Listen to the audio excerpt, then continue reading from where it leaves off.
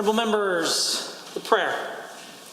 Lord, the God of righteousness and truth, grant to our Queen and to our government, to members of the Legislative Assembly and to all in positions of responsibility, the guidance of your Spirit. May they never lead the province wrongly through love of power, desire to please, or unworthy ideas, but laying aside all private interest and prejudice, keep in mind their responsibility to seek to improve the condition of all. Honourable members, today being Thursday, we will now be led in the singing of God Save the Queen by Ms. Nicole Williams, in observation of the COVID-19 public health guidelines outlined by Dr. Dina Henshaw. Please refrain from joining her today. God save our gracious Queen, long live our noble Queen. God save the Queen, send her victorious, happy and glorious, long to reign over us. God save the Queen. Honourable members, please be seated.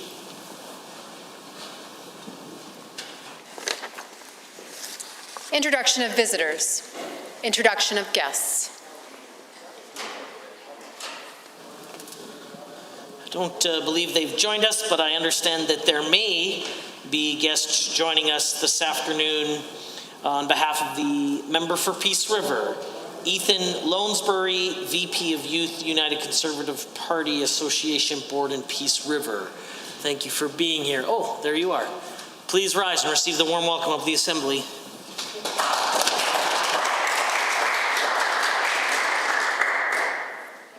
Ministerial statements. Member statements. The Honourable Member for Edmonton Rutherford has the call. Thank you, Mr. Speaker. The UCP's Central Economic Strategy, a $4.7 billion corporate handout that rewards foreign shareholders, is doing nothing to create jobs. The Premier promised Albertans his strategy would be a shot of adrenaline for the economy. Jobs and investment would flood into the province. Instead, his plan turned out to be a poison pill. The verdict is in. 50,000 jobs lost, a doubling of the deficit, and an economy that shrank, and this was all pre-pandemic. Today, more than 250,000 of Albertans are out of work, and they are demanding real action from their government. Unfortunately, we see the UCP bereft of ideas, scrambling to do something. Despite a record of failure, they doubled down on their failing strategy. They accelerated their corporate handout and shoveled even more money off to wealthy foreign shareholders. And to pay for this no-jobs corporate giveaway, they're firing frontline healthcare workers, chasing doctors out of the province, and going after the most vulnerable. Albertans deserve better. Now more than ever, they need a real economic plan, one that will create jobs and diversify the economy, and a plan that harnesses the ingenuity of Albertans and builds a more prosperous future. That's why the NDP opposition is taking action, talking to Albertans and developing real economic proposals that will create jobs and bring investment dollars back into the province. We are inviting all Albertans to join us in that work at albertasfuture.ca. In the coming days, weeks, and months, Albertans will see more proposals to get our economy growing, take advantage of our resources, and own the future. We are launching this work because Albertans know we can't go back to the failed UCP strategy of rewarding foreign shareholders and then crossing our fingers and hoping for the best. That's not a strategy. That's buying a lottery ticket and praying Alberta will hit the jackpot. We can and we must do better. To my fellow Albertans, if you think our province can do better than buying a lottery ticket and hoping for the best, I ask you to join us at albertafuture.ca. The Honourable Member for Fort Mcmurray, Lac-La-Biche. Thank you, Mr. Speaker. In March 2019, the previous NDP government nationalized road tests, chasing away half of our driver examiners and significantly increasing wait times for road tests. When COVID-19 pandemic hit our province, road tests were shut down to help slow the spread, creating a backlog of people wanting to get licensed. On June 29th, Alberta became the very first province to relaunch road tests, but wait times are still quite high. This is an exceptionally difficult for many would-be drivers who need to book a test in order to keep their jobs or get a job. As Alberta's economy recovers, it is absolutely essential that we continue focusing on getting Albertans back to work, which is why I was so pleased when I heard that we will be transitioning our driver's road test system back to a privately run model. Privatizing driver exams for Class 4, 5, and 6 licenses will provide Albertans with quicker access to more road tests across the province. Starting on December 1st, Albertans will be able to book a passenger vehicle road test directly with local registry agents or through our new online system for tests to be conducted after January 5th, 2021. Registry agents will now be able to hire or contract driver examiners directly, and Alberta is facing the worst economic downturn since the Great Depression right now, and this year has turned a record high deficit. As Alberta's government plans for Budget 2021, we are looking at ways to reduce costs, prioritize spending, and find opportunity for savings. Returning our road test system to a private delivery model will save up to $12.1 million per year, and it will ensure that taxpayers are getting the most bang for their buck. We know how frustrated Albertans have been with the wait times and the backlogs of road tests, and returning to a model which Albertans used for years with confidence will repair the damage done by the NDP's nationalization of these road tests. The honourable member for Calgary-Glenmore has a statement. Thank you, Mr. Speaker. The COVID-19 pandemic has presented our province with many unprecedented challenges. Fortunately, we have courage in our DNA, passed down by generations of Albertans who faced extraordinary hardships of their own. So I'm not too surprised to see Albertans responding to this pandemic with courage and grace. What I am surprised to see is the NDP working so hard to spread fear and misinformation to Albertans. The NDP has spread misinformation about doctors, municipal taxes, and of course, about parks. I grew up in our beautiful parks, whether it was skiing in the Kananaskis or hiking in Fish Creek. I know how passionate Albertans are about their parks. So when I heard the government was interested in working with more groups like the Friends of Fish Creek Provincial Park Association, I was encouraged. Dedicated partners like the Friends of Fish Creek work year-round to conserve our landscapes. They do serious environmental work, maintain the state of these natural areas, and educate many park visitors each year on the value of our beautiful backyard. These partners provide important services, and they do it from a local point of view. They have a vested interest in preserving their site for future generations to enjoy. So it's very disappointing to see the NDP and their friends on the Green left trying to shut nonprofits, municipalities, and Indigenous communities out of the park system. We know the NDP believes government should run everything, but frankly, I'm disappointed to see them spreading misinformation and doing a disservice to the work that partner organizations have been doing in Alberta's parks for decades. I encourage all Albertans to get outdoors and take their minds off the challenges we face. And I encourage the NDP to do better by Albertans. The honourable member for Edmonton Ellerslie. Albertans are frustrated. They can't figure out why this UCP government can't get the simple things right. All across this province, Albertans are waiting for months to get a driver's test and get a license. Getting a license in Alberta used to be a rite of passage. But now it's a recipe for endless frustration and delays brought on by this UCP government, and they're having a real impact on people's lives and their ability to earn a living. 2 years ago, we had a system that was broken. It cost Albertans too much, it was plagued by improper practices, and we had far too many examiners making over $200,000 a year. And so our previous government fixed it. We worked to drive down costs. It became cheaper to get a road test. We worked to improve service levels, particularly in rural Alberta, and it was happening. And we put in a system with real oversight to ensure that Albertans wouldn't get failed time and again, so that private examiners couldn't pocket more in fees. And then the election happened. The new Minister of Transportation declared the system broken. He threw out misleading facts, saying that number of examiners was down across the province, while conveniently neglecting to share with Albertans that most of the new examiners were full-time positions, not part-time. But as with all things, this government dithered and blamed anyone but themselves on their own failures. The Minister of Transportation has been in charge for 16 months, and the system is now in complete disarray. What has he been doing for 16 months? When the pandemic hit and tests were put on pause, he didn't make a plan to address the backlog. This transportation minister is a case study in failure. He's not managing the problem, he is the problem. Albertans deserve fair, competent driving, testing, and at reasonable prices, and they deserve timely access. It's time that this premier step in and assign a minister that can get the job done. Because after a year and a half of governing, it's clear that this minister is not up for the job. Albertans deserve better.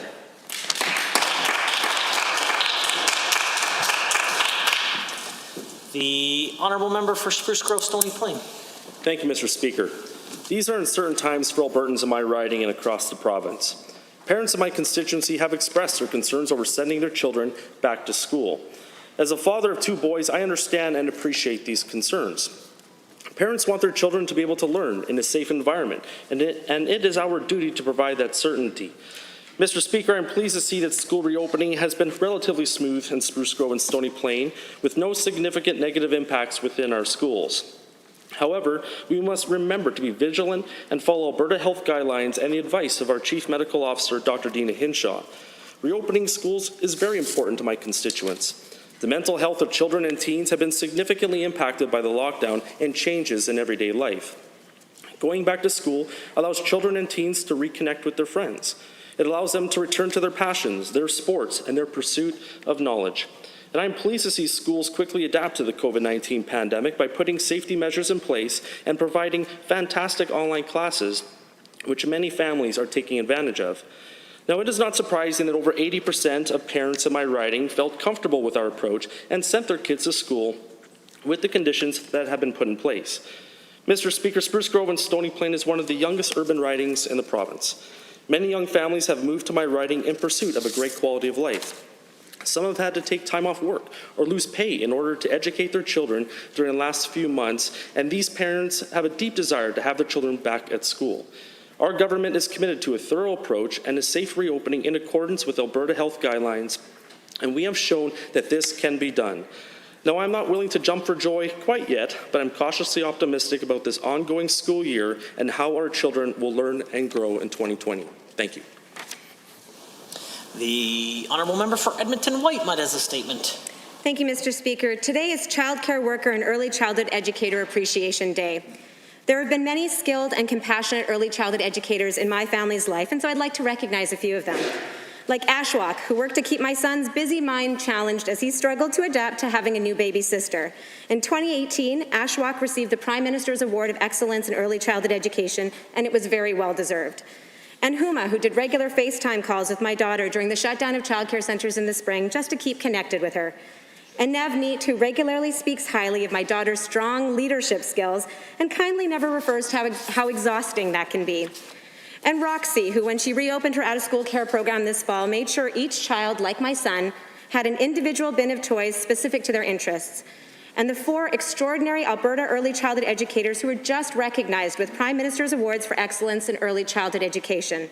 Shailene Saxton from Edmonton, Jennifer Vardy from Fort McMurray, Lynn Waitrikas from Lethbridge, and Megan Hetherington from Sherwood Park. These are extremely challenging times for the early childhood education workforce. Thousands were laid off as a result of the closure during COVID, and many will not return. Repeated cuts by this government to childcare, lack of adequate support during COVID, and the cancellation of the $25 per day program have limited professional development and put operators in the difficult position of cutting wages and reducing the number of highest qualified educators. We know that a strong early childhood education workforce is the primary indicator of quality early learning. We know early childhood educators are now being asked to do so much more with so much less in an uncertain environment. We cannot keep expecting those responsible for educating our children in the critical early years to keep doing so simply out of the kindness of their own hearts. We must value and support them for the professional work they do. We need a long-term workforce strategy for early learning and childcare in this province, and I am proud that the Alberta NDP is committed to doing just that. So today I thank early childhood educators across Alberta, but I know thanks alone are not what you deserve. You deserve action. The honourable member for Calgary Falconridge. Thank you, Mr. Speaker. Over the past several months, I have heard elevated concerns about Alberta's ability to recognize foreign credentials. According to Conference Board of Canada, 844,000 Canadians adult faces challenges with verifying their foreign credentials. That number has increased by over 300,000 since 2001, and this trend is not expected to decline. As an immigrant myself, I understand the difficulties that come with making a different country your new home. I had no more than $10 when I first arrived in Canada. And even though I had a university degree, I knew I had to sacrifice to live my Canadian dream. But that doesn't mean immigrants should have to sacrifice the hundreds of thousands of dollars, the numerous late-night studying, and their professional expertise simply because it's too difficult to verify their foreign credentials. I will not accept this position, and we cannot stand by as a government. That's why I held a town hall in late September to understand how this issue is affecting my constituents. I heard from a civil engineer from last 25 years, a radio host with a master's in philosophy, a pathologist, a qualified doctor, and many others who could not get their education recognized. These stories are heartbreaking, but they are not uncommon. The truth is, our province is missing out on the international talent of many qualified professionals. These barriers are often a result of discretionary powers given to those regulators that undermine Alberta's ability to attract internationally trained professionals. This is an issue that must be addressed, and this is my commitment to my constituents. We all should have an opportunity to live the Canadian dream. Thank you. Hear, hear. The Honourable Member for Peace River. Thank you, Mr. Speaker. I rise today in the legislature on the feast of St. John Paul II, the Polish Pope who, with his winsome charm, faced down a totalitarian superpower with no more than his faith and his words. Born into a continent in chaos in 1920, Karol Wojtyła's early life was characterized by bloodshed and depression in Europe. Nazi Germany's invasion to Poland soon brought carnage of war and the horrific death camps. Out of this anarchy, by contrast, was delivered a man of peace and prayer. On October 22, 1978, he was elected the first non-Italian pope in 5 centuries. Because of his resolute belief in the dignity of the human person, John Paul spoke truth to power everywhere he went, most notably in his crusade against the totalitarian Marxist Soviet Union. Speaking in Victory Square in Warsaw, in front of the Soviet machine in all of its earthly might and hundreds of thousands of Poles, he defiantly called on the Polish people to embrace their culture and their faith, and thus rejecting the dehumanizing evil that is communism. To the Catholic faithful, and indeed to the West as a whole, John Paul became the Polish Pope that defied an empire and liberated from its grip a continent, ending communism in Europe. John Paul II's love of youth led him to travel the world as an evangelist, visiting 104 countries during his papacy, more than all previous popes combined. His legacy today is one that is more important than ever before. We remember John Paul on his feast day because, like Christ, he emulates dignity and purpose in his suffering and death. Living under the political leadership of Nazism and Soviet communism with his countrymen was only the first act in his witness to the world. Later years of his life, John Paul II developed a debilitating case of Parkinson's. Barely able to speak due to neurological decay, the suffering he embraced made manifest that same dignity and showed to the children, the poor, and the disabled throughout his papacy what it is to suffer and give dignity back. This world needs examples of men and women who live with dignity and hope. Thank you, and God bless. The Honourable Member for Calgary Klein. Thank you, Mr. Speaker. The oil and gas industry is the primary engine that has driven the economy of Alberta for decades. But how many Albertans realize that 95.8% of this sector is comprised of small business? Big oil is mainly small oil in Canada. This is an important fact that needs to be considered when discussing recovery of this sector. Our junior oil and gas companies are the drivers of innovation. They are risk takers and are a critical part of our energy ecosystem. I've been participating in roundtable discussions with many from the sector, and they have been doing exactly what they do best, innovating. The solutions I hear are Alberta-made solutions that don't require government bailout, and in many cases, they just need government to get out of the way. Our government was elected on the principle of cutting red tape. Small and medium-sized oil companies also have the advantage of attracting different sources of investment than their bigger compatriots. And though this investment comes in smaller individual amounts, together they form a large pool of investment whose impact on our economic recovery cannot be understated. I also want to highlight the numerous sectors of the economy that are linked with the energy sector, especially with small and medium-sized businesses. The economy of scale means that a lot of larger businesses are served by larger suppliers. And with small operators in the energy sector, that also means that they in turn are supplied by small and medium-sized suppliers. Those suppliers are usually family businesses, hiring locally just like the companies that they service. They are usually based out of small towns and cities nearest to the oil fields. Places like Pinoka, Cold Lake, Fox Creek, and countless others. These towns thrive thanks to the business they receive, thanks to local companies doing business locally. I was proud to run on a platform of cutting red tape and creating jobs in the last election, and I'm confident that if this government expands its support to small and medium-sized businesses, we'll be able to do so. Honourable members, it's 1:50 and we are at oral question period, and the Leader of Her Majesty's loyal opposition has the call. Thank you very much, Mr. Speaker. I want to start by expressing on behalf of my caucus our best wishes for to the Minister of Municipal Affairs for her full recovery.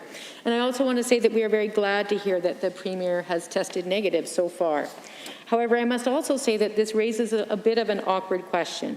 We all know that Albertans are waiting days for their test results, days full of stress and anxiety. Yet the Premier received his results within hours. Can the government please clarify how the Premier received those results so quickly?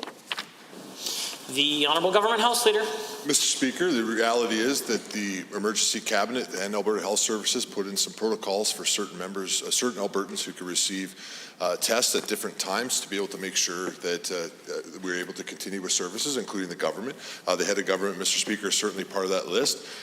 Our rest of our MLAs are waiting through the regular queue, Mr. Speaker. We continue to work to make sure the testing is available to all Albertans, Mr. Speaker. Alberta's done an excellent job over the last year on that important issue, Mr. Speaker. We're proud of Alberta Health Services, and we're confident we're going to be able to continue to execute testing across the province. The Honourable Leader of the Opposition.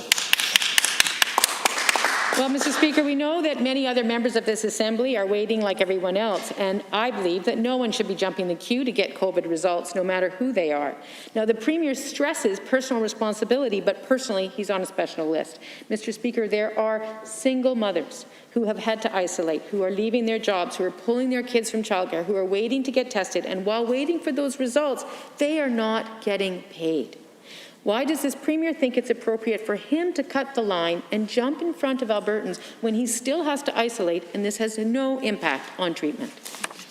The Honourable Government House Leader. Again, Mr. Speaker, Alberta has some of the highest testing inside the country, in fact, in the world. The system is working. It's working well. Unfortunately, of course, you can't have all results immediately happen. They are happening, though, at a very rapid rate. We're proud of the work that Alberta Health Services has done to be able to make sure that our testing system is in place. We're confident it will continue to be able to do its job, Mr. Speaker, and that's what we're going to continue to focus on, is making sure that we can get testing done on time and be able to make sure people can get results and get back to work. The Leader of the Opposition. Mr. Speaker, what we're seeing in this building is what happens when one case comes close to the workplace.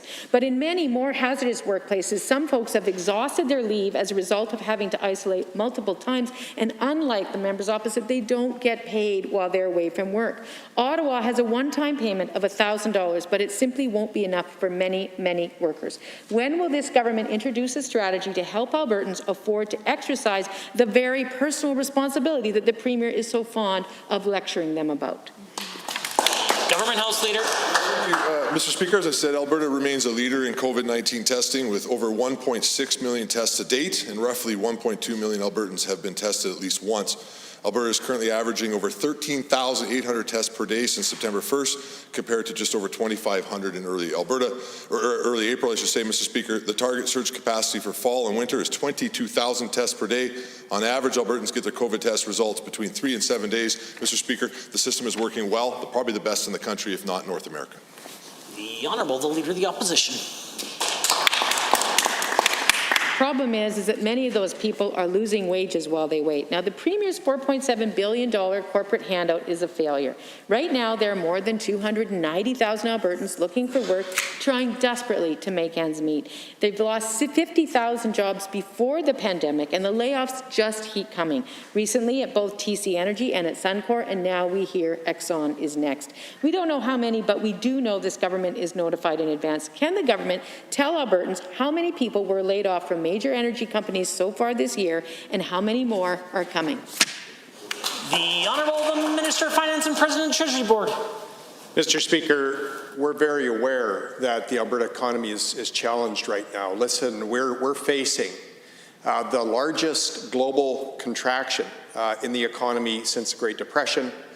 We've had the largest collapse in energy prices in modern history, and we're dealing with a pandemic within our borders here. Mr. Speaker, that's why we have rolled out the Economic Recovery Plan early. That's why Alberta was the first province to deliver a plan that will attract investment, create job opportunities for Albertans, and eventually create wealth for all of Alberta. The Honourable Leader of the Opposition. Well, he's right. The government is, in fact, accelerating its corporate handout. And not only are there no new jobs, they can't even guarantee the layoffs will stop or even slow down. Mr. Speaker, Suncor pocketed over $1 billion from the Premier's handout and then announced plans to fire 2,000 workers. That's $500,000 per job that's lost, not saved, from the people of Alberta. Why is the government handing billions to large corporations with zero guarantee of job protection for Albertans? The Honourable Minister of Finance and President of Treasury Board. Mr. Speaker, 75% of the beneficiaries of the job creation tax cut are considered small businesses according to CRA rules. Mr. Speaker, many of these are entrepreneurs who've worked hard, who've given their life's work to grow their business, to create job opportunities and create wealth in their communities. Mr. Speaker, the opposition would look to increase taxes by 50% on these job creators. That is nonsensical policy at a time of great economic challenge. This government will do no such thing. The Leader of the Opposition. So no answer. Mr. Speaker, Albertans are wondering when the Premier's plan is going to start working, because so far, what they've done is they've raised Albertans' taxes, they've endangered their pension, they've stolen their overtime, they've cut their kids' education, and they've clawed back their parents' drug plan. Albertans expected you to keep your word and bring jobs here. Instead, Encana pocketed $55 million, moved to Denver, and changed its name. Why won't the government admit that in return for hundreds of millions of dollars per corporation, they failed to secure even one job? The Minister of Finance, President, Treasury Board. Mr. Speaker, we're confident that by ensuring that Alberta has the most competitive business environment possible, it will result in increased investment, increased job opportunities for Albertans. In fact, Mr. Speaker, a number of leading economists and business leaders in the province have commented. Janet Riopel, President and CEO of the Edmonton Chamber of Commerce, has stated accelerating the job creation tax cut will help job creators focus on what's most important for our economy right now, rebuilding their struggling businesses and bringing more people back to work. The Honourable, the Leader of the Opposition, for a third set of questions. Well, Mr. Speaker, we've not yet seen one job, but the curriculum advice released by this government is utterly shocking to behold. Whether it's blending church and state or forcing children into rigid, outdated memorizing rituals, this government has selected advisors who want to take our education system backwards. Experts say it's, quote, utter nonsense, and it will make Alberta the laughing stock of Canada. At a time when we are allegedly trying to attract investment as a forward-thinking province, why is this government working so hard to undermine the international reputation of our education system? The Honourable Minister of Education. Thank you, Mr. Speaker. These recommendations that came forward were just that, recommendations. And in the fall, they will be going to the Curriculum Working Group, which is comprised of hundreds of teachers. These documents are only recommendations. They are not the final curriculum. And I can assure the people of Alberta and you, Mr. Speaker, that the new curriculum will teach our students a full history of Canada and First Nations, Métis, and Inuit history as well. The Leader of the Opposition. Well, in fact, one of the worst things about this curriculum review are the hideous opinions of Chris Champion, the Premier's handpicked advisor. Instead of walking the path of reconciliation, he wants to remove residential schools from the curriculum, citing the, quote, small number of Indigenous students who attended. Outrageous. His ideas are racist, and I don't care if it's just advice. You sought him out and you asked for it. So why won't you right now remove Chris Champion and get him and his racist recommendations as far away from Alberta's education system as possible? The Honourable Minister of Education. Thank you, Mr. Speaker. I know the member opposite would much prefer to have her defund the police, Extinction Rebellion, promoting colleague back in charge of the curriculum. But unlike the NDP, we do not believe the curriculum should be used to create, as they previously said, and I quote, effective agents of change, unquote. Mr. Speaker, we believe in teaching the building blocks of knowledge so students can think for themselves. I've been very clear. We will have First Nations, Métis, and Inuit content as well as residential school content in the K-6 curriculum. The Leader of the Opposition. Effective agents of change is what you often call innovators, but you know, who am I? Under our government, thousands of teachers reviewed and collaborated on the future of our children. No politician or bureaucrat held the pen. Today, the minister can't even muster the courage to reject racism, even as Albertans are marching across the province and fighting racism in that minister's own constituency. The advice from your panel rejects anti-racism. It rejects equality. Why don't you have Albertans' backs and put a stop to racism in our curriculum here and now and fire your panel? The Honourable Minister of Education has risen. Thank you, Mr. Speaker. Our government and I reject racism, absolutely. But what the member opposite is referring to was not a final curriculum. It is only a recommendation. Frankly, some of these recommendations just aren't even realistic, especially at the ages that were suggested. But that being said, as I've already stated, and will state time and time and time and time again, that the new curriculum will teach our students a full account of Canada's history, but also will include Indigenous history. I repeated it. I will continue to repeat it because it is the truth. Thank you. The Honourable Member for Edmonton Decor has a question. COVID-19 has been hard on seniors. Continuing care has become more isolating, and the UCP has failed to react adequately to outbreaks in continuing care. Yet it's clear that in the AHS implementation plan, the UCP wants to make life even harder for seniors through increasing accommodation fees, new fees for home care, and increasing the price of drugs. Why is this minister making seniors pay for the UCP's $4.7 billion no jobs corporate handout? The Honourable Minister of Seniors and Housing. Thank you, Mr. Speaker. Let me start with thanking all the staff, residents, and the family members in our lodge and the senior home for working together in this unprecedented times to protect our seniors and also to reduce the spread of COVID-19. Mr. Speaker, the Minister of Health and my ministry addressed the financial impact of increased costs due to COVID-19 by providing more than $170 million to help the residents and the staff in the senior lodge, long-term care, and definitely supportive living safe from the virus. And we're proud to do that. The Honourable Member for Edmonton Decor. Well, all of that, and they're still going to have to pay. 60,000 Albertans have already been kicked off the seniors' drug plan. COVID-19 is a challenging time for anybody that relies on medication. And yet, this Premier has shown no interest in federal support regarding pharmacare. With all of this, the AHS implementation plan still intends to increase medication fees. Seniors built this province, and they deserve to be supported, Mr. Speaker. Will the minister commit to not imposing increased fees for medication? Children's Services. Thank you, Mr. Speaker. Albertans will continue to receive the medications they need. That will absolutely not change. We'll also ensure that patients continue to have their medications administered. Mr. Speaker, the new process under discussion would simply allow this to occur in a different healthcare setting and would ensure consistency of any fees associated with this service. The Honourable Member. Sounds like fees are increasing. The rush of this UCP government to Americanize and privatize healthcare is leaving Alberta seniors behind. Seniors deserve a healthcare system that is funded, not cut. The target rates for accommodation spending in the AHS plan would add between $2,000 and $5,000 annually in extra costs for accommodation in long-term care and designated supportive living. Why does this minister think seniors, having been hit by the economic challenges of COVID-19, that they should be spending more to access the care they need?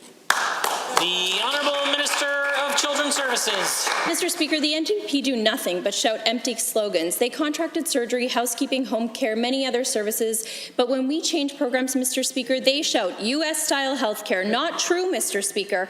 They can continue to focus on ideology. We'll continue to focus on putting patients first. Order. The Honourable Member for Lacombe-Panoka is the only one with the call. Thank you, Mr. Speaker. Mr. Speaker, yesterday, leaked documents came to light regarding Alberta's curriculum review. These documents were wildly misconstrued by media and the members opposite. Insinuations began that Alberta's government will be removing the teaching of residential schools from the curriculum. Can the Minister of Education please set the record straight and confirm that residential schools will be covered in the upcoming K-6 curriculum? The Honourable Minister of Education. Thank you, Mr. Speaker, and thank you to the member for the opportunity to set the record straight. As I have previously stated, Alberta's curriculum will teach the full history of Canada, including First Nations, Métis, and Inuit history. This includes residential schools. I'll also reiterate that despite rhetoric from the members opposite, this document was not draft or final curriculum. It was only recommendations that will go to the curriculum working groups made up of hundreds of teachers later this fall. The Honourable Member for Lacombe-Panoka. Well, through you, Mr. Speaker, and thank you to the Minister for setting the record straight on that. Given that the Minister has confirmed that residential schools will be included in the K-6 curriculum, and given that the NDP have wildly blown this out of proportion with continued misinformation, and given that unlike the previous government, this government has been extremely transparent in curriculum development, can the Minister of Education please explain how this government is ensuring transparency within the curriculum development process? The Honourable Minister of Education. Absolutely. Thank you, Mr. Speaker. Unlike the NDP who drafted curriculum behind closed doors, we've been completely transparent throughout the process. While we've disclosed who our advisors are and the timelines they are working under, the NDP kept their advisors secret and put an MLA who is in favour of defunding the police and wants extremist groups like Extinction Rebellion in the classroom in charge. Despite the fear and smear from the members opposite, unlike them, we will continue to be open and transparent with Albertans. Hear, hear. The Honourable Member. Again, through you, Mr. Speaker, thank you to the Minister for your response. Given that these leaked documents are merely recommendations that will go into the working group of hundreds of teachers this fall, and given that curriculum development is an important issue for many parents and students across Alberta, can the Minister of Education please explain the curriculum development process and when Albertans can expect to see the new curriculum? The Minister of Education. Thank you, Mr. Speaker. I'm most happy to. I'd like to reiterate, despite the false reports and rhetoric from the NDP, what was leaked was not draft, nor was it final curriculum. Later this fall, recommendations and a draft will be moving forward to the curriculum working group, which is, as I said earlier, consisting of hundreds of teachers. Following the work of the curriculum working group, we will be releasing the draft curriculum for a public engagement in early 2021.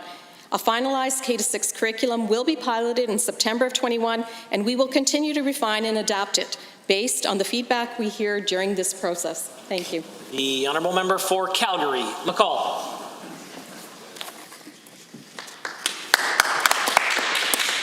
Albertans were stunned to hear the Minister of Children's Services claim that the government has made no changes to the AISH program, a claim that is demonstrably untrue. This government de-indexed AISH, taking away vital increase in the cost of living for the disabled Albertans and making it harder for those on AISH to afford groceries, rent, and other necessities of life. Does the Minister not consider this a change, or does she just not care about the impact? And will she finally commit to reversing it? The Honourable Minister of Children's Services. Thank you very much, Mr. Speaker. As I said earlier this week, AISH funding levels have not changed. Benefits and eligibility do in fact remain the same, but as I outlined, changes were made to the program to make it more efficient for those Albertans who need to access those services. Member for Calgary-McCall. Given that another change this government has forgotten about was how this government suddenly and without warning changed AISH payment dates. And given that this minister shrugged off the impact of this change, which threw the lives of Albertans on AISH into chaos, will the minister finally apologize for the hardship she caused Albertans with disabilities with these changes? The Honourable Minister of Children's Services. Thank you very much, Mr. Speaker. This AISH program continues to provide $1.29 billion every year to almost 70,000 Albertans. Our government has in fact changed the date that AISH payments are made every month to ensure that these payments are provided on the same day each month. Mr. Speaker, once again, benefits and eligibility criteria remain the same. Member. Given that only yesterday the government announced that it would lay off 930 Alberta workers, many of whom provide direct care and direct support to Albertans living with a disability, and given that this is yet another real change and a cruel hardship imposed onto vulnerable people to pay for the Premier's $4.7 billion corporate handout, will the Minister for Community and Social Services stop with the spin and acknowledge that fighting support workers cause real harm to real people living with real disabilities? The Honourable Minister of Children's Services. Mr. Speaker, I would hope to caution the opposition about playing politics when it comes to how our government is working to serve and support the most vulnerable Albertans. I want to remind the member opposite that these are vulnerable people who are being cared for in a variety of services through a variety of programs. No specific decisions have been made about potential changes, whether that's direct operations or programming, and I would encourage the members opposite to quit playing politics with vulnerable Albertans. The Honourable Member for Edmonton Meadows. Thank you, Mr. Speaker. When Albertans learned that the Premier's leadership call centre was run by someone who shared anti-Semitic and white supremacist messages and he promised action, the Premier promised to create a database of racists to keep them out of the UCP. But story after story about this Premier's racist speech writer and his racist curriculum writer who's trying to remove the history of Indigenous people from our curriculum, people have questions. Can someone in the government inform the people of Alberta whether the database of racists the Premier promised was ever created? The Honourable Government House Leader is risen. Mr. Speaker, our Premier in this very House moved an historical motion condemning racism inside this province, Mr. Speaker, which enjoyed the support of every member of this chamber, as it should, Mr. Speaker. Our Premier has worked very hard, including during his time when he was Immigration Minister of this great country, Mr. Speaker, to welcome people to this country, Mr. Speaker. He is one of the most welcoming individuals that I know, Mr. Speaker. It's ridiculous to see the opposition continue to attack people, calling them racist, Mr. Speaker, when they clearly are not. Can they get back to actually working for Albertans instead of making stuff up inside the chamber? The Honourable Member for Edmonton Meadows. Thank you. Given that the Premier and Education Minister handpicked Chris Champion as an expert for the social studies curriculum, and given that Champion wrote previously that our nation's perspective in education was a fad, and given that the recommendations of the expert the Premier handpicked, including removing Indigenous history from the curriculum, and including anything about residential schools, if the Premier isn't going to take Champion's recommendation, well, show he understands the concerns of the First Nation communities and fire him today. And if he ever builds his racist database, will he add Chris Champion to it? The Honourable Minister of Education. Mr. Speaker, and I just want to assure the member opposite and all of Albertans that our future curriculum will include a broad and inclusive account of history, including Black history and Indigenous history. It will also address concepts, topics, and issues related to anti-racism, particularly in social studies. This is a commitment I and we as a government have made numerous times, and one that we are going to keep. More specific details will be available in the draft that I am happy to be putting out to the public early in 2021. The Honourable Member. Thank you, Mr. Speaker. Given that this Premier defended both his racist speechwriter and racist curriculum writer, and given that First Nations communities, education experts, and Albertans have called on the government to denounce the racism we have seen in the leaked documents, but given that rather listening to these concerns, this Premier defended both Champion and his planned curriculum. How can Albertans count on this Premier to fight racism when they see him trying to institutionalize it in our schools, and when he can't even keep his own promises to fight racism and keep it out of his own political party? The Honourable Minister of Education. Mr. Speaker, Dr. Champion is an established academic who is currently a visiting research fellow at Queen's University and has lectured at Concordia, McGill, and the University of Ottawa, and has served our country as an Army reservist in the Canadian Armed Forces. To suggest that he and he alone holds the pen on future curricula is simply not true. Mr. Speaker, as I have stated over and over again, the new curriculum will teach our students a full account of Canada's history, including Indigenous history, and will have residential school content. The Honourable Member for, I believe that it's Fort McMurray, Lac La Biche is next. Yes, thank you, Mr. Speaker.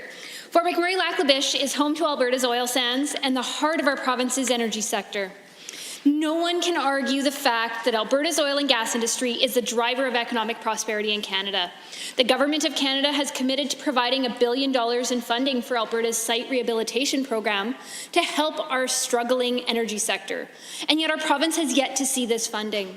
To the Minister of Energy, can you please update us on the status of the site rehabilitation program? The Honourable Minister of Energy.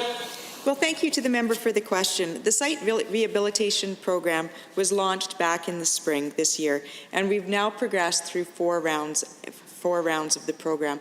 We'll be rolling out round 5 and round 6 in the very near future. The intention of the program was to get people back to work, and there's good news with that. We have already announced over $217 million of awards to 351 Alberta-based companies. This work is going out to each and every corner and region in the province. It's estimated to have created over 1,039 jobs, while also addressing important environmental work. Mr. Speaker, this program is meant to get people back to work, and it's... The Honourable Member for Fort McMurray, Lac La Biche. Thank you, Mr. Speaker, and thank you to the Minister. Given that the COVID-19 pandemic, global economic downturn, and the recent crash in oil prices have left Alberta's economy in a state of financial hardship, and given that Alberta's government released a recovery plan to get people back to work, diversify our economy, and build infrastructure. To the Minister, a large part of Alberta's recovery plan centres on creating jobs and stabilizing our economy. What energy initiatives are in the recovery plan that will promote our energy sector and create jobs for Albertans? The Honourable Minister of Energy. Well, thank you again for the question. I know this is a very important question for the member and her constituents, as well as many other Albertans. And there's lots of reason for optimism. And that's because oil and gas will remain a dominant part of our energy mix for decades to come. The International Energy Agency released its World Outlook report just weeks ago and forecast that world oil demand is actually going to grow by 5% by 2030 and 6% by 2040. But we also know the world is changing, and we'll need to ensure that Albertans benefit from both the strong oil and gas industry as well as being a leader in emerging. The Honourable Member. Thank you, Mr. Speaker, and thank you to the Minister. That really is great news. And given the fact that the previous NDP government failed at building pipelines and solving our market access issues, and really crippled our oil and gas sector, and given that our government, our UCP government, was elected on the tagline, jobs, economy, and pipelines, to the Minister of Energy, can you please update the House on the progress of our various market access pipelines that are absolutely essential to Alberta's energy future? The Minister of Energy. Well, thank you for that question, and you're right. The NDP progress on getting pipelines built was zero. 0 kilometers of pipeline built in 4 years. Mr. Speaker, we're making progress. On TMX, Spread 1 is in Greater Edmonton is close to complete. It's being constructed in BC, and Spread 2 is underway in British Columbia. It's due to be in service by the end of 2022. KXL, construction is underway now, and we're hearing that there's a mini economic boom in Oyen. And Enbridge Line 3, we've recently heard good news on it. It's complete here in Canada. It's complete in North Dakota. The Honourable Official Opposition House Leader has the call. Mr. Speaker, 449 Albertans are dead due to an opiate overdose in the first half of this year, and almost 18 more Albertans are dying every single week. The death toll has never been higher. Far more Albertans have died in the opiate crisis this year than have died from COVID-19. But this government's response is to cancel programs, close facilities, and ignore professional medical advice. To the Associate Minister of Mental Health and Addictions, why have you allowed so many Albertans to die on your watch? The Honourable, the Associate Minister of Mental Health and Addictions. Thank you, Mr. Speaker. Indeed, COVID-19 pandemic has had such devastating impact to Albertans, particularly for folks who have suffered from mental health and addiction.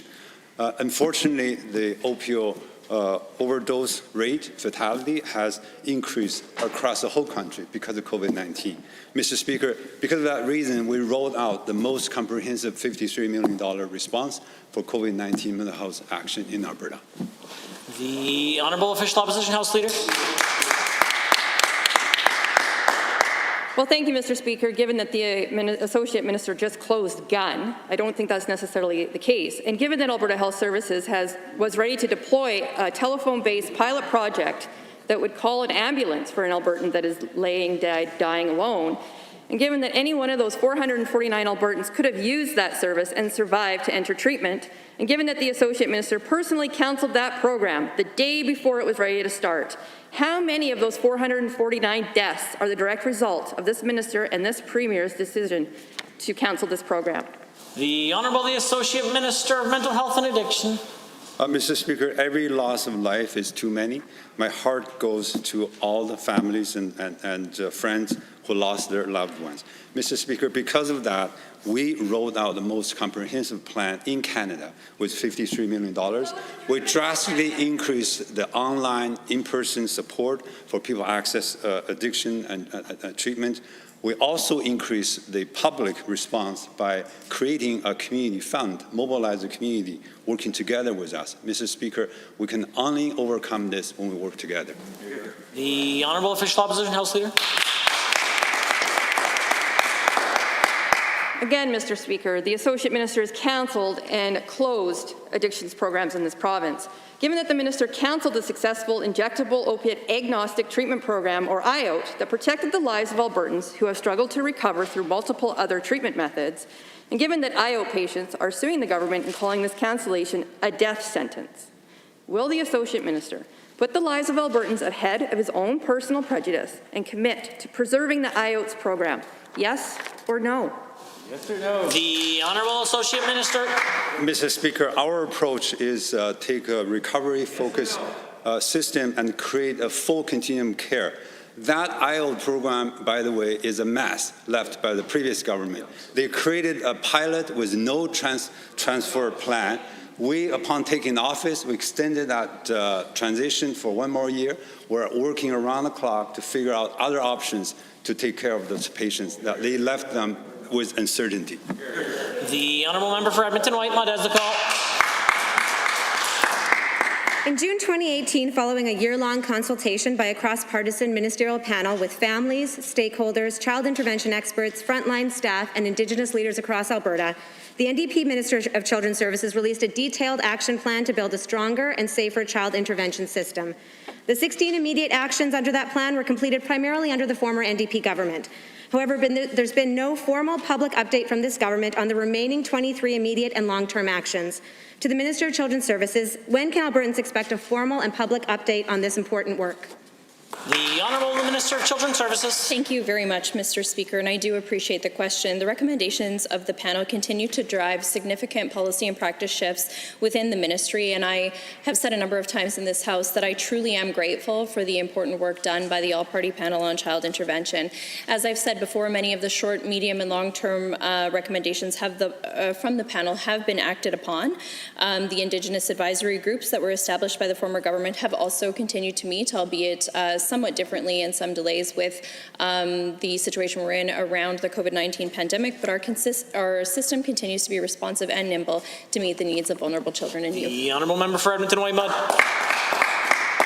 Thank you, Mr. Speaker. Given that 2 members of that panel now sit at the Cabinet table and the action plan called for 9 specific actions to be completed by 2020, and given that an important goal of this work is to reduce the number of Indigenous children in care, and given that in order to support that action, the Child, Youth and Family Enhancement Act was supposed to be amended this year, to the same minister, you've had almost 2 years to take action on this work, which was already started for you. So can we expect amendments to this act during the fall session, and if not, why not? The Honourable Minister of Children's Services. I'm very grateful again for a very important question from the member opposite. And as I have said before, while we continue to work on all of the actions put forward that came out of the panel's work, we do have to acknowledge that the circumstances have shifted significantly in the time since the panel work began, especially with respect to the federal implementation of Bill C-92 and obviously some increased federal funding for on-reserve services. So we will continue to work with First Nations and Métis partners across Alberta to work with these new parameters and this new legislation. So ultimately, we have to make sure that no matter how we provide services. The Honourable Member.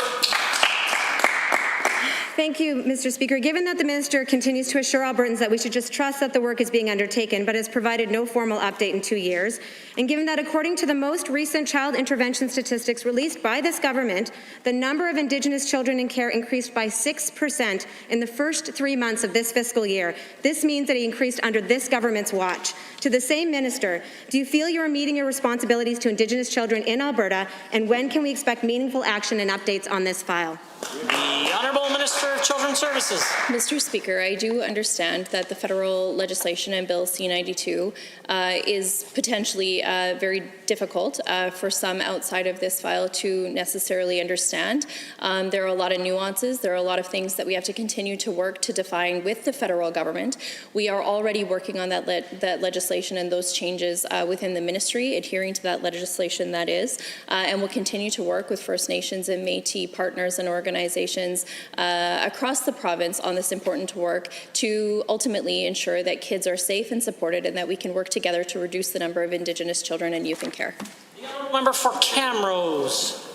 Well, thank you, Mr. Speaker. When seniors in our province are about to turn 65 years of age, Alberta Health Services sends out a letter which states, "Our records show that you may be turning 65 soon." Seniors are then asked for proof of age documents before they receive their benefits. It appears to be a redundant request. My question is for the Minister of Red Tape Reduction. Do you think we can fix this redundancy? The Honourable, the Associate Minister of Red Tape Reduction. Mr. Speaker, I want to thank the member for her question. She is a tireless advocate, not only for seniors, but also for all of her constituents. As the member knows, our red tape reduction initiative was set up to bring common sense back into the regulatory process. No one likes red tape. However, the forms the member is referring to are sent to only the seniors who don't have a proof of age document already on their health file. In this case, this protects Albertans' private information and documents. Honourable Member for Camrose. Well, thank you, Mr. Speaker, and thank you to the Minister for the answer. Given that our government is focused on reducing red tape, and given our government wants to make life better for Albertans, and given that documents AHS is sending are clearly redundant, to the Minister of Red Tape Reduction, would it be possible for seniors in Alberta to automatically be enrolled for benefits? The Honourable Associate Minister of Red Tape Reduction. Mr. Speaker, we're leaving no stone unturned. We're committed to root out every meaningless hoop Albertans are forced to jump through. In fact, we have spent over a year counting and cataloging where those irritating shards of red tape are hiding. Albertans have waited long enough for their government to get serious about this issue, and we're not going to disappoint. Mr. Speaker, when I table my first-year report next month, every Albertan will be able to see how aggressively we have pursued this goal. But again, only seniors who haven't provided a proof of age will be filling out this form, no one else. The honourable member. Well, thank you, Mr. Speaker, and thank you to the Minister for the answer. Given that Albertans are issued several pieces of government identification, and given that the cost to print a driver's license, Alberta Healthcare Card, Blue Cross Card, HS Card is expensive and inconvenient, and given that everyone would prefer to have fewer cards in their wallet or purse, once again to the Minister of Red Tape Reduction, could streamlining this process be a priority? The Associate Minister. Mr. Speaker, the honourable member brings up an important point. Albertans are required to carry multiple pieces of identification. These used to be needed, but not anymore. Now these forms of ID are relics of an antiquated system. Albertans deserve a government that will ask the questions, should we be doing this? And is there a better and a faster way to do it? This is exactly what we've been doing. For example, last year, we moved to a digital pink card for car insurance. Mr. Speaker, we are 100% committed to decluttering lives and making Alberta the freest, fastest moving economy in North America. Edmonton Ellerslie has a question. The Premier made a promise to all Albertans during the election. No tolls on roads and bridges. But now this Transportation Minister is pulling a U-turn and making threats. He's telling municipalities that if they want new roads or bridges, they have to pay tolls or wait 20 years for provincial dollars. This minister is hammering rural Alberta. For the bridge at Tompkins Cross, the message is clear. Pay up or see you later. To the Minister of Transportation, why are you breaking your no tolls election promise? Albertans deserve an answer. The Honourable Minister of Infrastructure.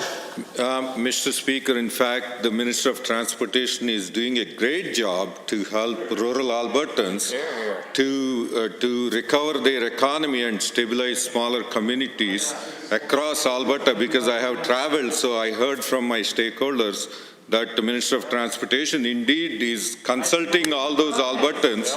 And when the opposite member is asking about that specific bridge, that request came from that local community, including First Nations. They wanted that, and we are consulting Albertans, and we will build that project. The Honourable Member for Edmonton Ellerslie has lots of opportunity to ask his question. I encourage him to do that now. Given that the good people of Northwest Alberta need a new bridge to secure their economic future, and given that this government promised that they would never use tolls, but the people in Lacrete are hearing a different message from the minister, it's pay up or goodbye. And given that there are billions of dollars without tolls for roads and bridges in southern Alberta, to the minister, why are you treating the people of the north like second-class citizens in their own province? And why are they being held hostage by their own government? The Honourable Minister of Infrastructure. Only this member opposite can talk about second-class citizens, Mr. Speaker.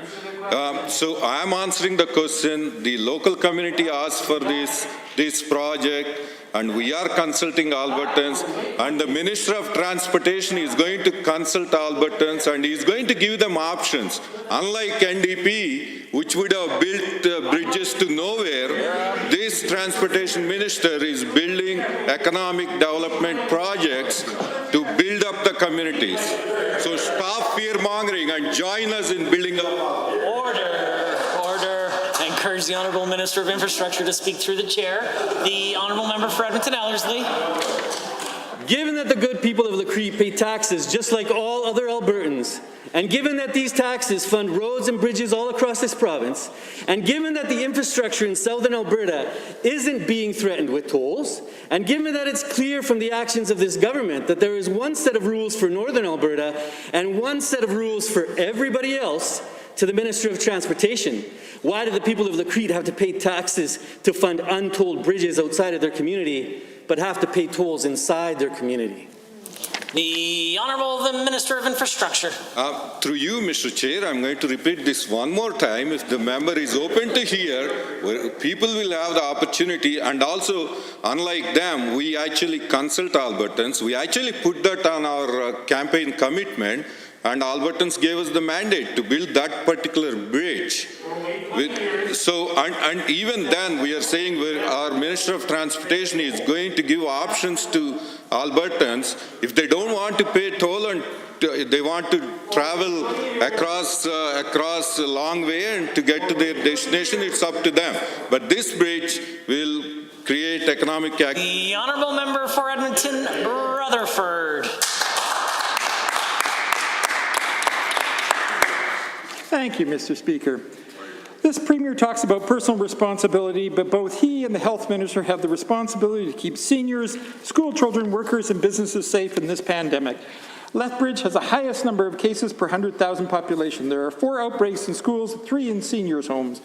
So on behalf of the member for Lethbridge West, who is home because of a school outbreak, will the Minister of Health take personal responsibility for better information sharing between the AHS and the City of Lethbridge and a better pandemic response and management plan?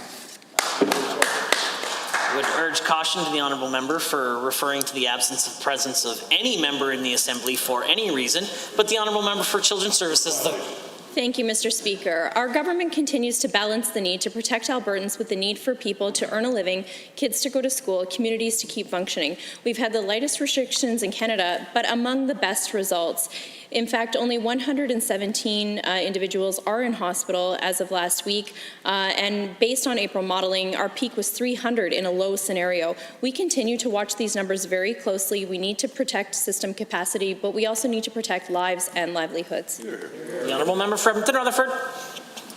Thank you, Mr. Speaker. Well, given that the outbreak at Cavendish Farms in the Lethbridge area has nearly doubled in a week, and given that Lethbridge has seen outbreaks at schools, seniors' homes, and a child care facility, and given that the economic impact of this pandemic cannot be understated with hundreds of jobs in the balance, will the minister take personal responsibility for the plan to keep Lethbridge's economy moving while keeping workers in retail, health, education, and food processing safe? And has he briefed the Mayor and Council of Lethbridge about this plan to manage the second wave? The Honourable Minister of Children's Services. Mr. Speaker, I do want to point out that throughout Alberta's relaunch, rates of hospitalization and admission to the ICU remain the key triggers for action. The current number of hospitalizations is within our current capacity here in Alberta, and less than 25% of ICU beds set aside for COVID-19 patients are currently being used. Alberta has been able to quickly remove restrictions, get Albertans working again, balancing lives and livelihoods. We were the first province or territory to end our state of public emergency, and to date, more than 80 sets of guidance documents have been developed for keeping businesses and the public safe. The honourable member. Thank you, Mr. Speaker. Well, given that Lethbridge now has the highest rate of active COVID-19 cases of major cities in Alberta, with 143.5 active cases per 100,000 people, and given that keeping workers, students, parents, and seniors safe should be the top priority, will the minister state clearly when the people and officials of Lethbridge will see a plan from this government to address the pandemic, or is it up to the mayor to tell Lethbridge we are in a second wave? Because the UCP has abdicated their personal responsibility to folks in southern Alberta. The Honourable Minister of Children's Services. Mr. Speaker, we continue to take very seriously the advice and guidance being put forward by our Chief Medical Officer of Health. We have provided $500 million in funding to assist AHS in the pandemic response and take aggressive measures to protect those most at risk. Also, $170 million for continuing care to protect seniors and other at high risk, $53 million for mental health and addiction supports during the pandemic, $30 million for a public mask initiative, which saw 40 million free non-medical masks distributed to Albertans and community partners as we work to protect both lives and livelihoods. The honourable member for Laxton and Parkland. Thank you, Mr. Speaker. The high traffic situation around Highway 60 through Atchison is creating a disincentive for further investment into the area. Transportation and productivity are stifled by the train traffic, and the roads are not wide enough to meet the traffic for the demand in the area. Even with this, as the global climate begins to shift, this area has been noted internationally as a prime place to invest in agriculture, but requires the infrastructure necessary to support major growth. To the Minister of Transportation, what are the timelines for getting started on the highly anticipated overpass and twinning of Highway 60 by Atchison? The Honourable Minister of Infrastructure. Contrast, Mr. Speaker, unlike the NDP member, this member from Lac Saint-Anne Parklands actually advocating strongly for a project in his riding for economic development.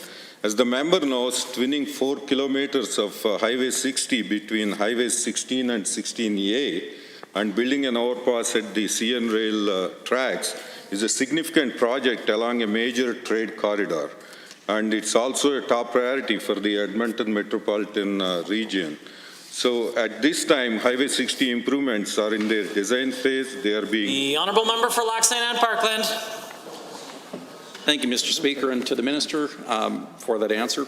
Given that it's important to build the transportation infrastructure to ensure a strong economy and that our province is experiencing high unemployment, and we need jobs to help the families make ends meet, and the Alberta government is presently executing the Alberta Recovery Plan to create those much-needed jobs for Albertans. To the Minister, how many jobs will be created by building this key infrastructure in the Atchison area? The Honourable Minister of Infrastructure. It's a great question again. As part of our government's plan to get Albertans back to work, we have announced $10 billion in economic stimulus, and Alberta's recovery plan will create tens of thousands of jobs when they are needed most. And as we build and diversify and improve the economy and prepare our province for the next generation of growth, and we estimate that a total cost of $96 million will be spent on these Highway 60 improvements, and $4 million of which was delivered in Budget 2020 for... The Honourable Member for Lac St. Anne Parkland. Thank you, Mr. Speaker, and to the Minister. Given that investors look for solid timelines around completion of projects like this, and that there are many different types of investments we could harness in the Atchison area, such as manufacturing, agriculture, food processing, and we're trying to get as many people working in Alberta again as soon as possible. To the Minister, once we begin this project, how long is it expected to complete the overpass twinning and the intersection improvements that are in the plan for this area? So transportation is currently working to acquire the necessary land and relocate the utilities before it is able to begin construction. And construction is also dependent on providing final funding through our capital plan. Projects of this scale and scope, as you know, typically take between 2 to 3 years to complete. I know that during the town hall in your riding, we heard about how to expedite the projects. And in fact, in Atchison, we had the town hall, and we know that businesses in Atchison Industrial Park and many companies rely on this corridor each and every day. So we'll continue to work on this project that is so critical to growth in Parkland County. And thank you. The Honourable Member for Drayton Valley Devon. Thank you, Mr. Speaker. When the COVID-19 pandemic emerged, the government was quick to take action by protecting our students and teachers. And since the beginning, the safety of all Albertans was a priority. Now, students and teachers were recalled and isolation precautions were implemented. However, the government acknowledged and realized that staying in isolation for the foreseeable future was not beneficial to the economic progress of our province and for future generations. My question to the Minister of Education is this: how has the government supported school re-entry and Alberta's economic recovery? Honourable Minister of Education.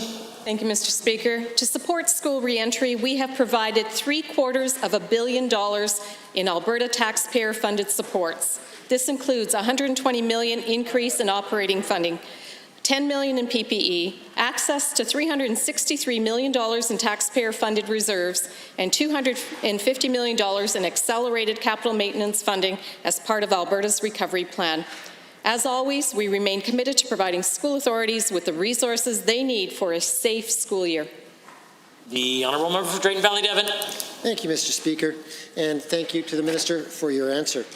Given that the government is actively working on implementing an Alberta recovery plan that is robust and measured, and given that the government has provided various projects through CMR funding, could the Minister of Education please expand on what type of projects were supported by the accelerated CMR funding?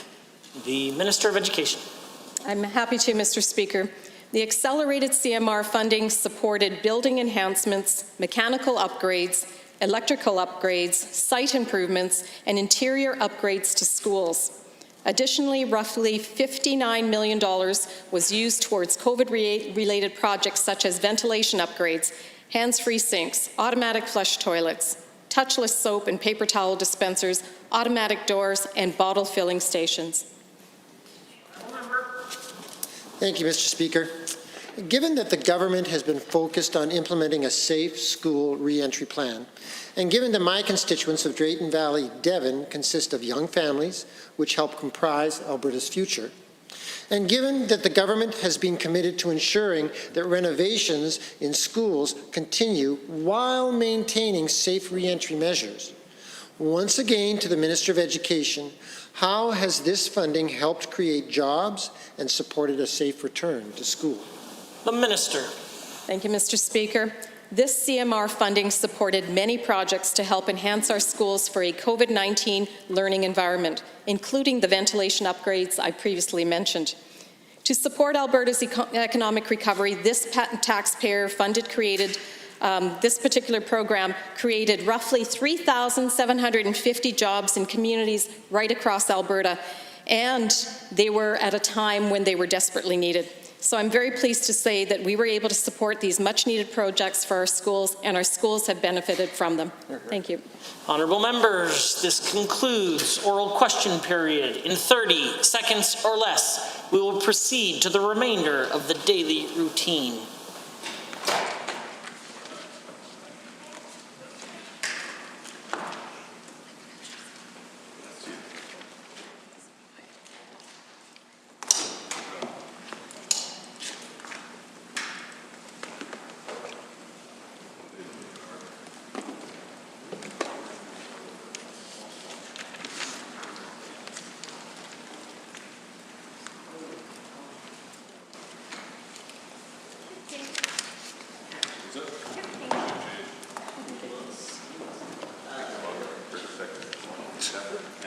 Reports by standing and special committees. Presenting petitions, notices of motions, introduction of bills. The Minister of Agriculture. Thank you very much, Mr. Speaker. I request leave to introduce Bill 40, the Growing Alberta's Forest Sector Amendment Act 2020. Mr. Speaker, the old Forest Act hasn't seen any significant changes for the last 50 years, and modernizing this act would directly contribute to the delivery of the Forest Jobs Guarantee and red tape reduction initiatives by this province, and the proposed changes would demonstrate our commitment to reduce the regulatory burden that slows government approvals. As well, it would provide more flexibility for foresters on when they can harvest and also remove redundant licensing requirements. Mr. Speaker, Albertans own 87 million acres of forest this year that's paying Albertans nearly over $350 million in royalties. And it also shows this piece of legislation that we're committed to ensuring fiber security for our foresters and to become a top jurisdiction for forest companies to do business here in the province. And with that, I move first reading of Bill 40, the Growing Alberta's Forest Sector Amendment Act. Honourable members, the Minister of Agriculture and Forestry has moved first reading of Bill 40, Forests, Growing Alberta Forest Sector Amendment Act 2020. All those in favour of the motion for first reading, please say aye. Any opposed, please say no. In my opinion, the ayes have it. That motion is carried and so ordered. Bill 40, Forests, Growing Alberta's Forest Sector Amendment Act 2020 is now read a first time. Tabling returns and reports. Are there tablings? Seeing none. Tablings to the clerk. I wish to advise the Assembly that the following documents were deposited with the Office of the Clerk. On behalf of Honourable Mr. Nixon, Minister of Environment and Parks, pursuant to the Environmental Protection and Enhancement Act, Environmental Protection Security Fund Annual Report, April 1, 2019 to March 31, 2020. On behalf of Honourable Mr. Copping, Minister of Labour and Immigration, pursuant to the Land Surveyors Act, Alberta Land Surveyors Association report of proceedings of the 111th Annual General Meeting and proceedings of special general meetings. Deferred divisions. Orders of the day. Orders du jour. Under Government Bills and Orders for second reading, Bill 36, Geothermal Resource Development Act, Honourable Mrs. Savage. The Honourable Government House Leader on behalf of the Honourable Minister of Energy. Absolutely, Mr. Speaker. It's my great pleasure to move Bill 36, the geothermal. 2 seconds, Mr. Speaker, make sure we're on the same page.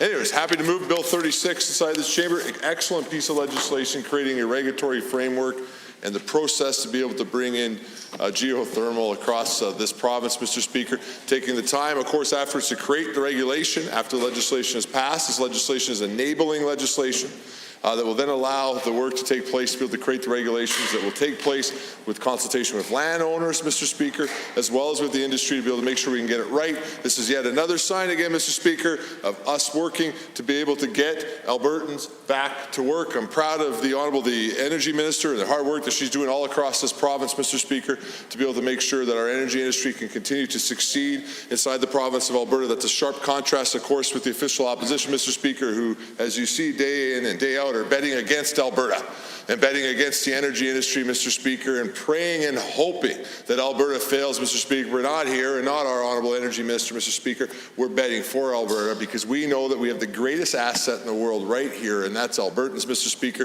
who are innovative, who are going to continue to be able to create technology advancements and use new technology like geothermal to be able to advance our economy, Mr. Speaker. I do hope that the opposition supports this type of legislation. We do know that in the past that they have not been a friend of things like any sort of major energy development, including geothermal. Their main focus, of course, has been primarily to support their friends at EcoJustice and other organizations like that to try to stop Alberta from having success. And so with us bringing this in, I think, Mr. Speaker, in fact, Mr. Speaker, I think this legislation is so good, we should go ahead and pass all the stages today, but I don't know if the opposition actually wants to talk about it, Mr. Speaker. Honourable members, the Honourable Government House Leader has moved on behalf of the Minister of Energy, Bill 36, I believe the number was. Is there anyone else wishing to join in the debate this afternoon? I see the Honourable Member for Edmonton, Rutherford, is on his feet.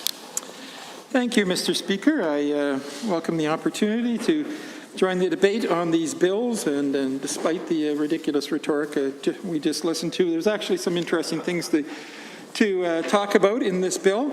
I am certainly hoping that after we are able to address some of the questions that we have on this side of the House, that we'll be able to support this bill.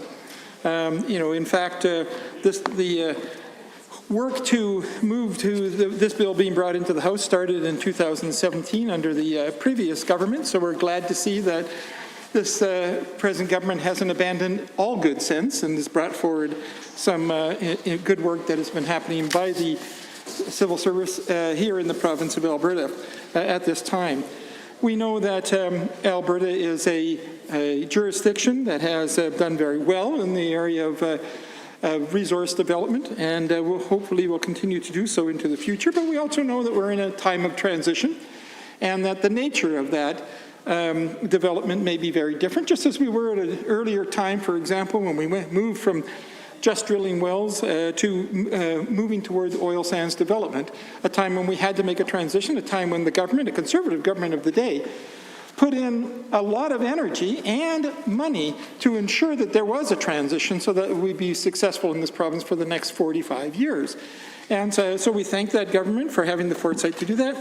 And we certainly would hope that this government would finally come to the place where they actually take responsibility for the transition moving forward, and to contribute to the work that is happening in this province to try to move this government and this province into the future instead of trying to relive the glory days of the past.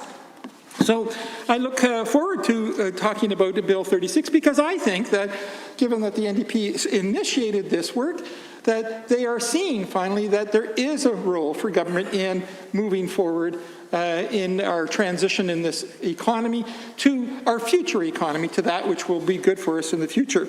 And so mostly I just have questions at this point for the Minister of Energy that I hope that she will be able to address at some future opportunity when that moment arises, to help me understand a little bit more about some of the choices that are made in this bill, and hopefully get to the point where I can actually stand and support this bill, which actually I would absolutely fundamentally like to be able to do.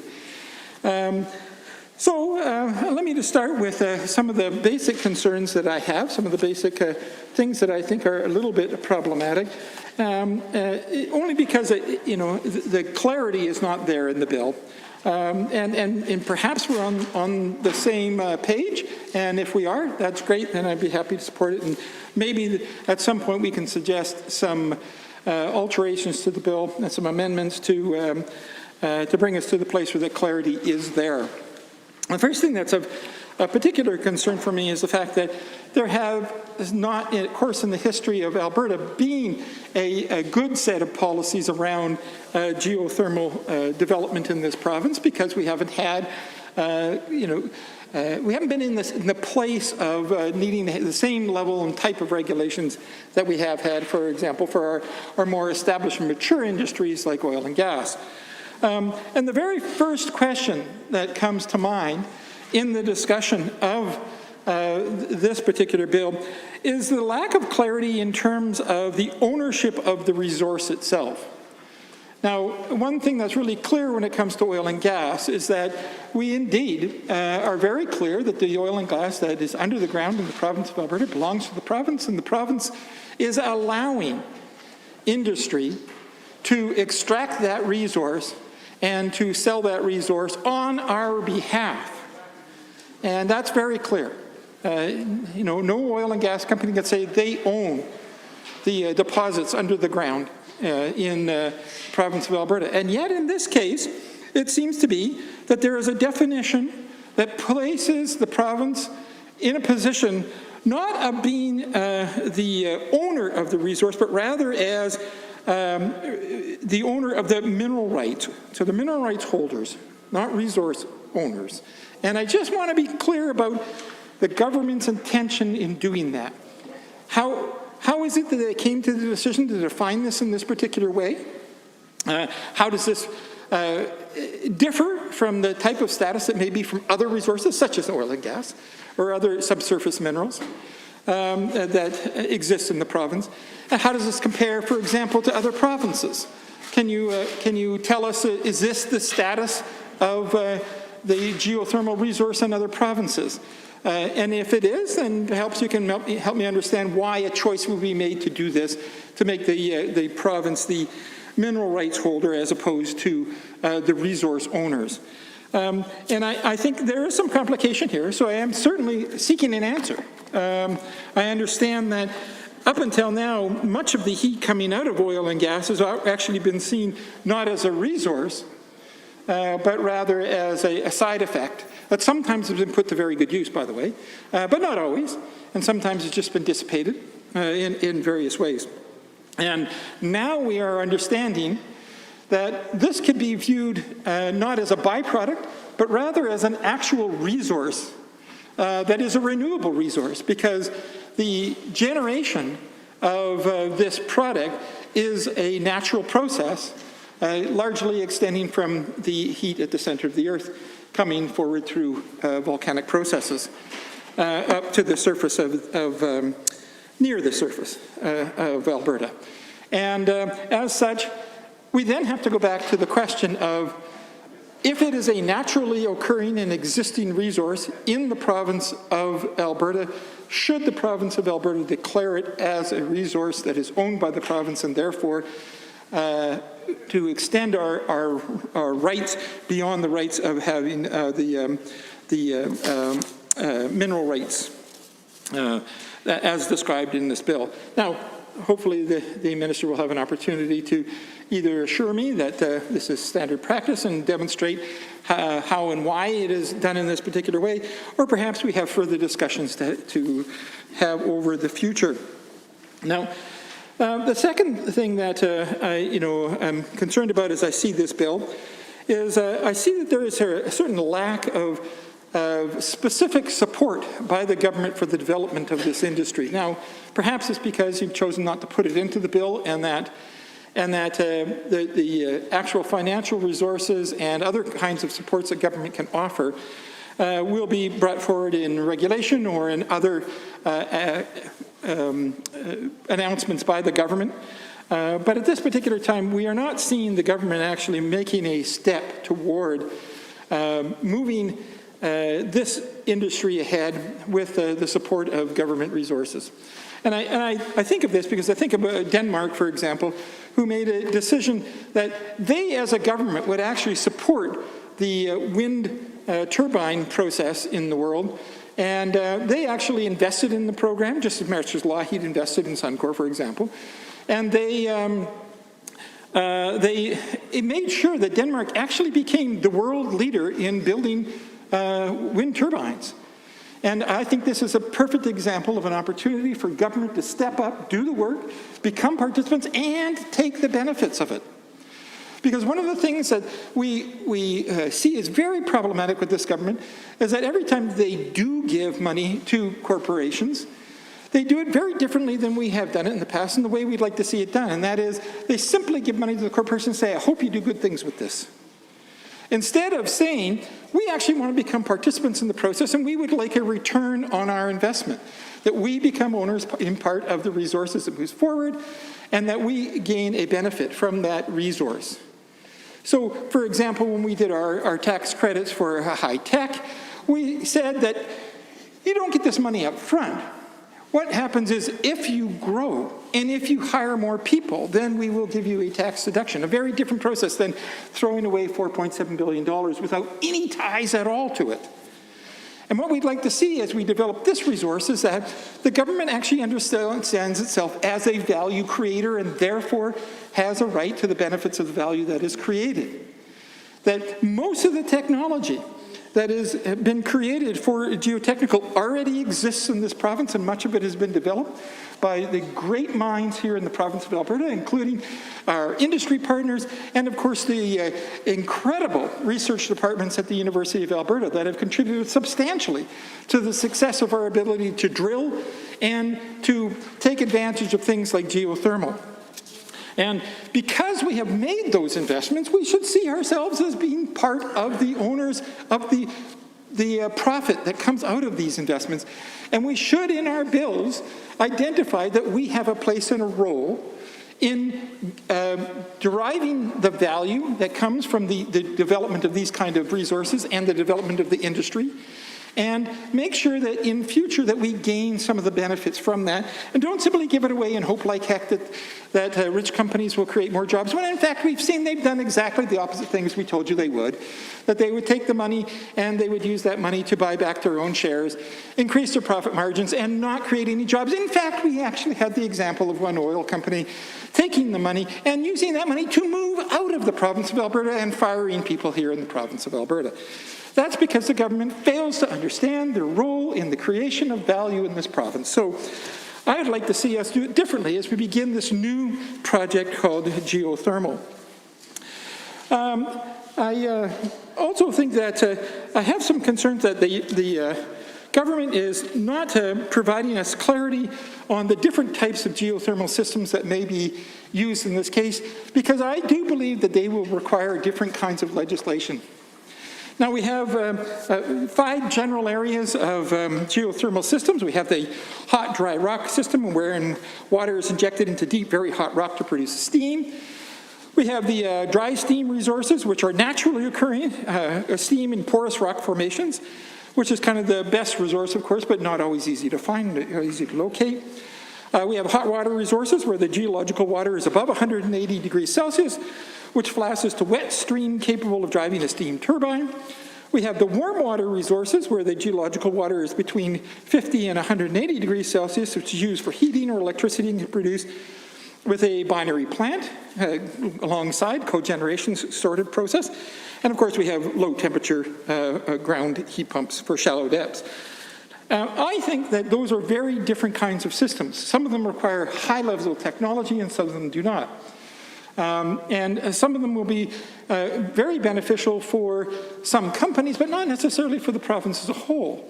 And I think that it's important that if you're going to bring forward an act, that you should probably separate out how you're going to treat these different types of geothermal resources so that you can ensure that you are supporting the types of resource development that are most beneficial. Now, I know that things are changing, so anything I say today may be changed by those experts that know those things. But they certainly are telling me right now, when I consult, and I have been consulting with a number of engineers on this very topic, in fact, you can look forward to our geothermal paper coming out very soon when you go to albertasfutures.ca. And we invite you to read our paper and to add to it, because we do know it's a growing science, and we do know it needs to be expanded and needs a richer, deeper policy thought behind it. But we certainly are inviting Albertans to participate with us at albertasfutures.ca. Now, when we talk to the scientists at this particular time, they say that we have to be careful not to get too lost in the terms of the different types of potentials of geothermal. And that the geothermal, where it is turned into electricity and transported around the province, is something that's probably still pretty problematic in terms of economic cost-benefit analysis. That while we can produce electricity through steam generation and turning a turbine, it doesn't mean that we can then transfer that energy over great distances at an economic cost, given for the amount that it comes from the ground. So instead, what we'd like to see is should we be exploring, rather, the use of the local heat for local communities? So it would be a benefit not for the larger energy grid in the province, but rather specific communities that have had previous great benefits from local oil wells in terms of linear assessments. Well, of course, that's been taken away from them now too. And local jobs, which of course this government has failed to produce any of.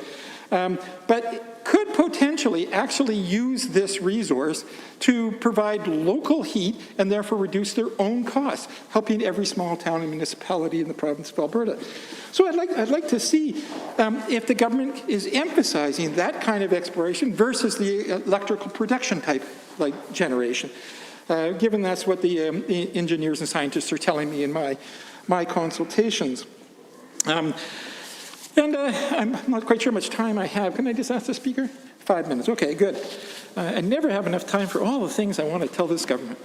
But I also have another set of questions I'd like to ask, and I think that, again, this is just a question, and perhaps the minister could take the opportunity at a future time in the House to potentially address these kind of concerns. And the section that I'm particularly wondering about at this time is Section 8, which is the section that talks about the relationship for abandoned and orphaned wells being transitioned into geothermal wells. And I guess my questions just simply are around the responsibility of the remediation costs for the original oil well that is there. Because Section 8 appears to me to describe something about the relationship and the responsibility for orphaned and abandoned wells and the transition to geothermal, indicating that only the licensee can rework the well and somebody else can't come in to do that. But what it doesn't seem to indicate is that if we have a well that presently needs to be remediated from the oil and gas situation, are they allowed to transition that well to a geothermal well before or without completely remediating the oil and gas things? Is it considered still an open well and therefore not needing remediation? And if it is considered a closed well, do they have to demonstrate full remediation of oil and gas before they move on to geothermal? If the license is given not to the original owner who actually owned the oil and gas well, but rather to a new licensee who is a geothermal licensee, do they take on the remediation responsibilities for the future? Are they responsible for that ultimate remediation should that well ever stop being a geothermal well? Is it possible that they could run a geothermal well on a well site that was not actually remediated from oil and gas completely? And does that mean that we might have wells going into the future that are never remediated from oil and gas? Because now they're in use as a geothermal, so they don't have to be remediated as a closed well. And so I just want to know, I mean, there may be a simple answer to this. It may take 3 seconds for the minister to say, we assure you all remediation will be done before the well is transitioned so that we don't use the movement of wells from oil and gas to geothermal as a way of hiding the need to do remediation, because we know remediation is a huge responsibility right now in the province. It's a major debt by this province, and one that many generations will have to pay off, and we don't seem to be able to get the oil companies to take full responsibility for this. And let me tell you, I certainly support the work the government is doing right now on that particular issue. As we started it when we were in government, and I certainly appreciate the fact that we are now trying to move toward asking the oil companies to take better responsibility and get these things done. Unfortunately, here it is again. The citizens of the province of Alberta, and not the oil companies who got all the benefit from those wells, are paying for this. And I find that unfortunate, given that the oil companies suggested that they would take responsibility and now find themselves coming back to the trough to get support. So I guess I just want some questions about responsibility for remediation, how that's affected by this transition. Where is that in the Act? Can you help me to understand who maintains that responsibility and what happens? In the transition, there are a number of other people, of course, that are also going to be affected by this transition, and one of them is the landowners. Now, I know a number of landowners have been very upset that they've had oil wells on their land and that the oil company's gone, that their land has not been properly cared for many years, sometimes for 10 or 20 years. And it has really affected their own ability to reclaim their land and do with it what they want. Now we may have the situation where, again, it may not be a recovered piece of land, maybe transitioning to geothermal. And again, the question becomes, what role does a landowner have in terms of allowing or disallowing this transition to occur? If someone comes along and says, we'd like to turn that well into a geothermal well, can the landowner have some input into the process about whether or not they'd like that well to be transitioned as opposed to stay in line to be completely remediated? So I just would like to have some greater understanding about the landowners' role and their rights in this particular process, and the process of objection or participation or something of that nature in this process. And I just think that we need to think very clearly about that before we move forward, and I look forward to the answers to be given to me by the Minister of Energy. Thank you. Thank you, Honourable Member. As we all know, there is no 29-2A at this time. There will be after the next speaker. Are there any Honourable Members? I see the Honourable Member for Highwood has risen. Thank you, Mr. Speaker. Alberta has been at the forefront for of the energy sector for decades. It's always been our pride and joy, allowing us to build one of the most prosperous societies in the world, and not only to support the citizens of Alberta, but also the rest of Canada.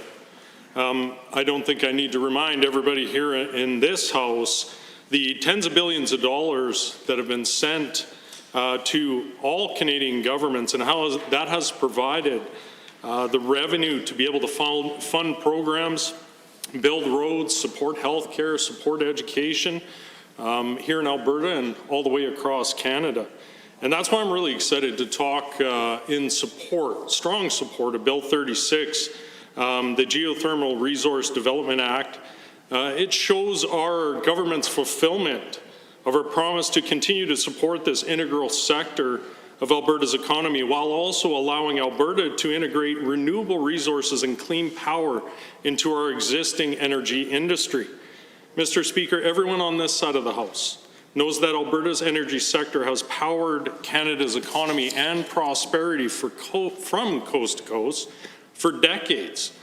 The revenue from these royalties from Albertans have built infrastructure projects and employed Canadians all across our nation, from Vancouver all the way to central Canada, in manufacturing and just general employment. We are a beacon, and always have been a beacon across Canada for people to come here and find employment. Mr. Speaker, our energy sector has been knocked down. For 4 years, this province had a government that attacked it, that raised taxes on it, and drove out investment at a time when global oil prices were dropping. When our industry needed a champion, instead they got a government whose members talked out of one side of their mouths saying that they supported the energy sector while protesting on the steps of the legislature against it. Now, on this side of the House, we've been looking for ways to diversify and strengthen our energy sector in the wake of 5 years of an economic downturn, and geothermal is an energy answer for Alberta. Not going to be the whole answer, but it can be a very large piece of reigniting our energy sector. This is a perfect example of a bridging opportunity. Not only do we already have the potential within the earth here in Alberta, but we already have the skilled workforce with experience in areas like drilling that will be necessary to expand this geothermal technologies. Now, Mr. Speaker, Canadians have been exploring the potentials of geothermal since the 1970s, sending drilling crews thousands of kilometers away to pursue the potential of geothermal energy. And now we will be able to keep those Albertans here and create jobs within our own province. Geothermal energy requires this exact same equipment, workers, and experience used in oil and gas drilling. Mr. Speaker, as a former driller in the oil field, I'm excited to support this bill. I'm excited to continue to honor our platform commitments to create jobs. And as a rig worker for many, many years, I know there's so many people that understand the benefits, what this brings to Alberta. I've always said and looked at it every month by month, the rig count in Alberta will say a lot about what's happening in our province and a lot about what's happening in our province in our rural communities. These rig workers, these are high-paying jobs. These are people that fill restaurants and you know, they're the ones that are in these small towns spending their money. So this is a huge benefit for our province. Now, in creating and implementing this legislation, our government is taking a deep dive to attract new investment in geothermal and continue in our promise to diversify this province's energy sector. Through geothermal, we will safely and successfully harness the Earth's clean energy potential, which allows us to provide electricity generation, heat municipalities, industries, and remote areas of the province. Already in our province, there are innovative examples of this technology being developed and implemented. Currently, Razor Energy is working with the University of Alberta on an oil geothermal project that captures heat from hot water reserves on oil field sites and transforms that into electricity. This is the first of its kind in Canada and has the potential to be applied to other sites across the province and other jurisdictions. This plan was created to retrofit geothermal energy technology into an existing oil and gas battery. This technology reduces the cost and infrastructure necessary to bring electricity to Alberta, and it does it while utilizing the technology and workforce that Alberta has spent years being a leader in, and we have that human capital here. It will bring clean energy to rural areas of the province and lower emissions while powering our economy. Mr. Speaker, we are setting the stage for geothermal energy, and we're doing it while using Alberta-made technology and world-class drilling expertise to harness this incredible new energy. Mr. Speaker, we need to look no further than ever who took an improbable mashup between two legacy energy solutions, geothermal and oil industry technologies. Ever is operating in Alberta and is solving the problem of how the oil industry has been unable to grow traditional geothermal large enough to become economically relevant. As they continue to transition towards clean energy sources, the future of our oil and gas industry is dependent on this ongoing and rapidly advancing sector. Despite the environmental stereotypes surrounding clean energy technology, like Evers, innovation has its roots in the oil sands and needs the expertise of drilling and other recent oil field advantages. Mr. Speaker, geothermal is the solution to getting clean energy at an oil and gas scale. And Mr. Speaker, I don't know about you, but I want Alberta to throw our hat in the mix and utilize our competitive advantages in this field. So I stand today proud to support this legislation. We need a policy and legislative framework to address and regulate this developing technology. We need to provide the legislative authority to enable, regulate, manage, and administer geothermal resource in Alberta. Mr. Speaker, it is incredible that we will be able to put people back to work in the drilling and energy sector. And it is incredible that we have the opportunity here in our province to utilize innovations designed for traditional sectors and continue to use them in a clean and renewable way. Mr. Speaker, it is time that Alberta renews its competitive advantage and continues to build on our leadership in the energy sector. And what better way to do it than with a technology that we have developed and built right here in Alberta. Mr. Speaker, I'm incredibly happy to stand here in strong support of Bill 36. Thank you. Thank you, Honourable Member. 29-2A is available, should anybody be looking to see. None. Are there any Honourable Members looking to join debate on this? I see the Honourable Member for Calgary-McCall has risen. Thank you, Mr. Chair. I rise to speak to Geothermal Resource Development Act. And I will begin by saying that I'm pleased to see this government bringing forward this framework and this government considering other renewable energy resources as way of diversification, as way of diversifying our energy markets and as way of diversifying our economy. I think it's important for many reasons. Before pandemic, even when we were in government, I think it was abundantly clear that world around us is shifting. They are moving towards renewables, towards renewable sources of energy. And they are taking concrete actions around environment. They are trying to reduce the carbon footprint of human activity on environment. And aside from environmental reasons, I think in financial markets as well, we have seen lately that financial institutions are basing their financing decisions on some jurisdictions' ability to take steps to protect environment, on jurisdictions' record of protecting environment and strong framework and legislation respecting environment. We saw that in a number of recent decisions while this government was in charge, that Tech Resources, a project that was unable to secure financing from financial markets. And one of the reasons for them pulling out that project was that they're facing challenges because of not having a strong environmental framework in place. And that was one reason that they gave for being not able to secure financing from financial markets.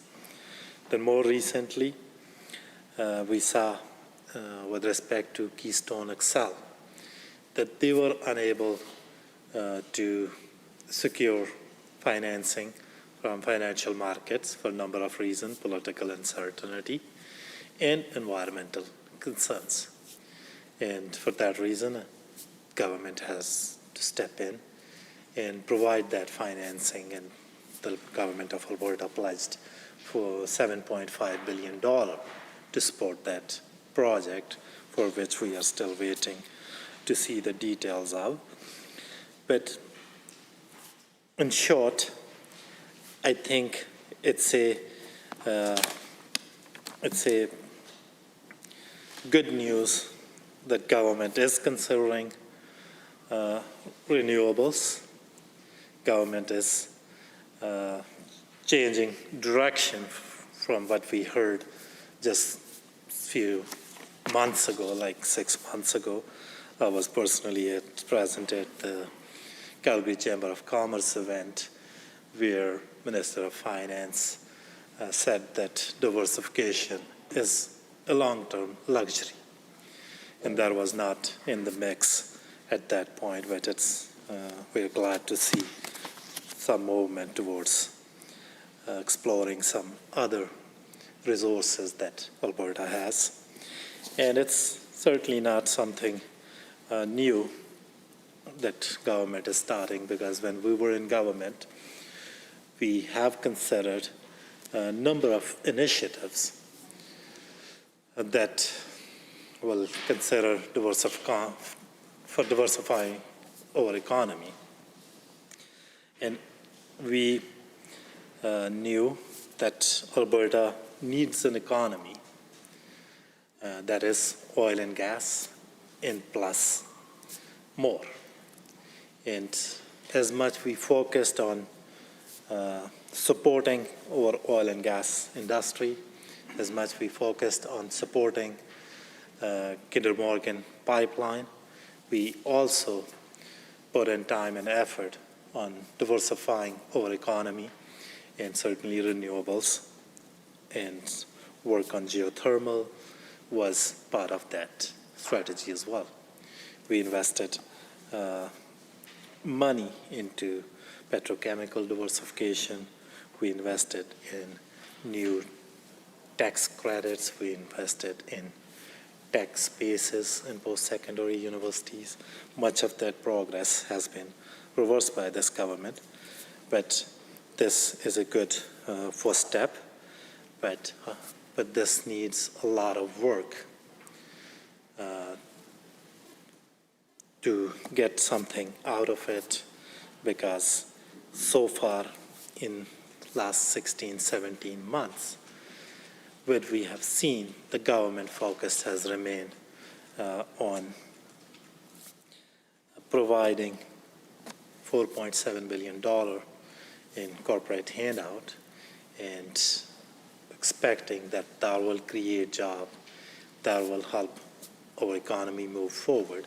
But after 16 months, I think the results are pretty clear that that policy, that economic policy, that singular focus of this government has not paid off.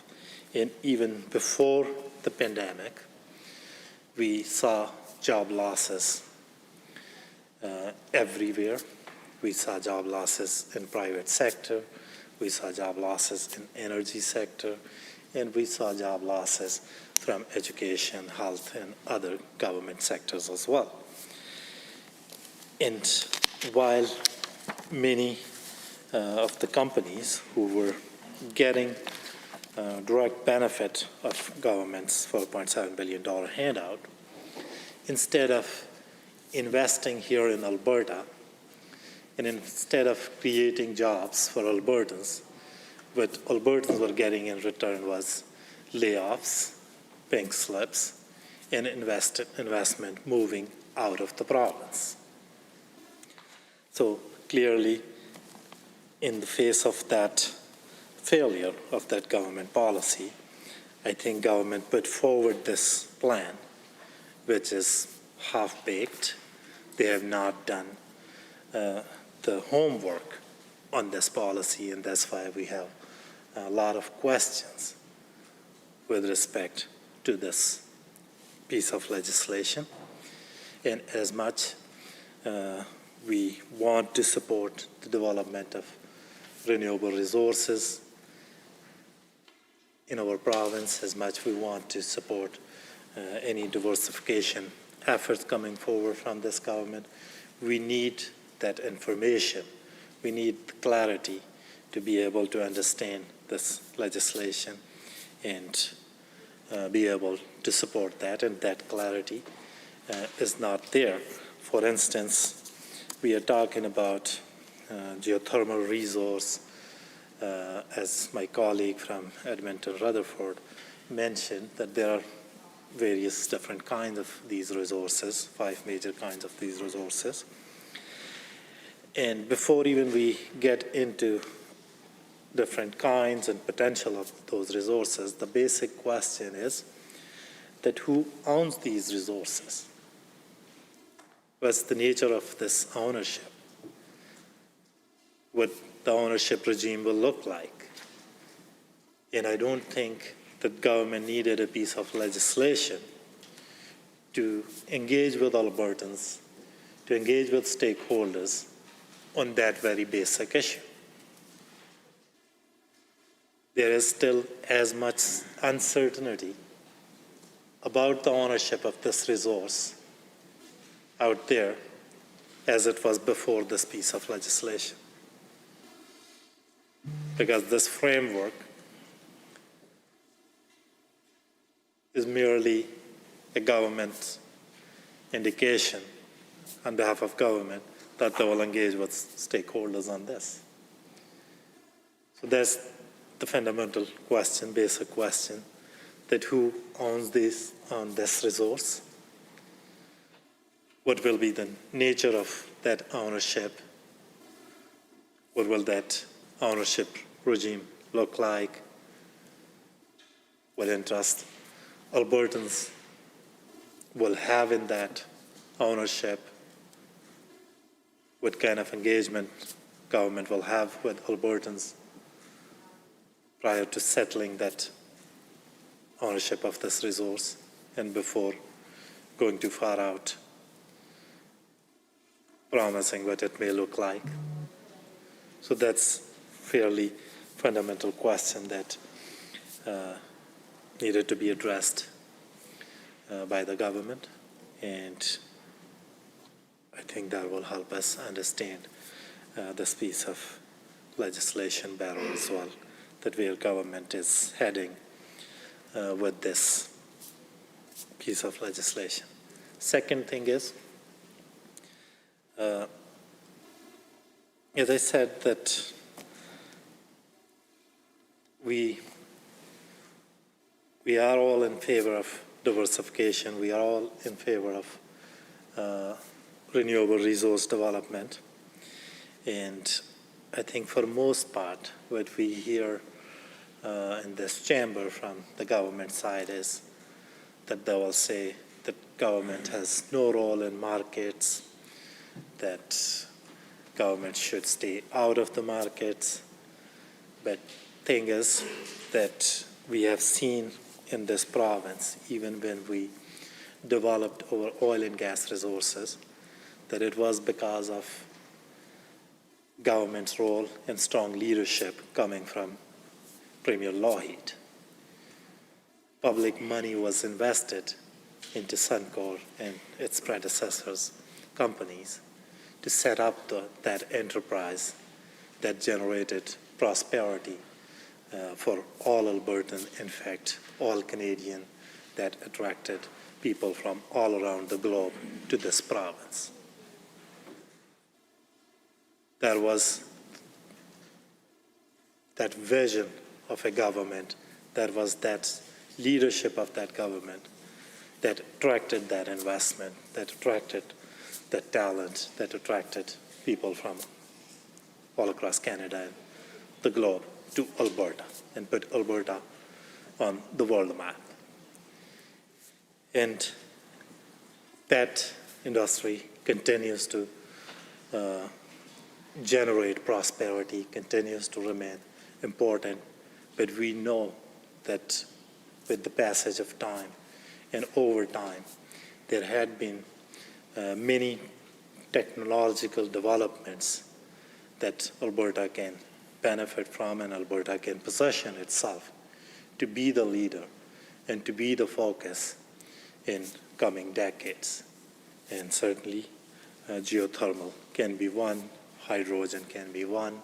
There are many other important resources that Alberta has that can help Alberta position itself for a future economy. And more importantly, Alberta has a growing population. Alberta has a young, skilled workforce that can lead Alberta into a future economy. And when we talk about diversification, when we talk about renewable, and when we talk about a future economy, I think then we have to come up with policies that support the development of that economy and that support new and innovative industries. I think we cannot put together a bill and hope that it will generate prosperity and it will set up industry. We have to put money behind it. We have to engage with stakeholders, with Albertans on it, and we have to invest in these new and emerging technologies, not only through industry, but through our post-secondary institutions as well. Like when we were in government, we supported 3,000 tech spaces across our post-secondary institution. And reason for that was that investment will position Alberta for a future economy, for a tech economy, and it will support government efforts to diversify our economy. Thank you, Honourable Member. 29-2A is available, and I see the Honourable Member for Edmonton, Ellerslie, has risen. Yeah, I'd like to ask the member, because unfortunately time was called in the middle of what he was saying, if he wants to just take a few more minutes to wrap up his thoughts that he was hoping to share with the rest of us members in the House. Thank you.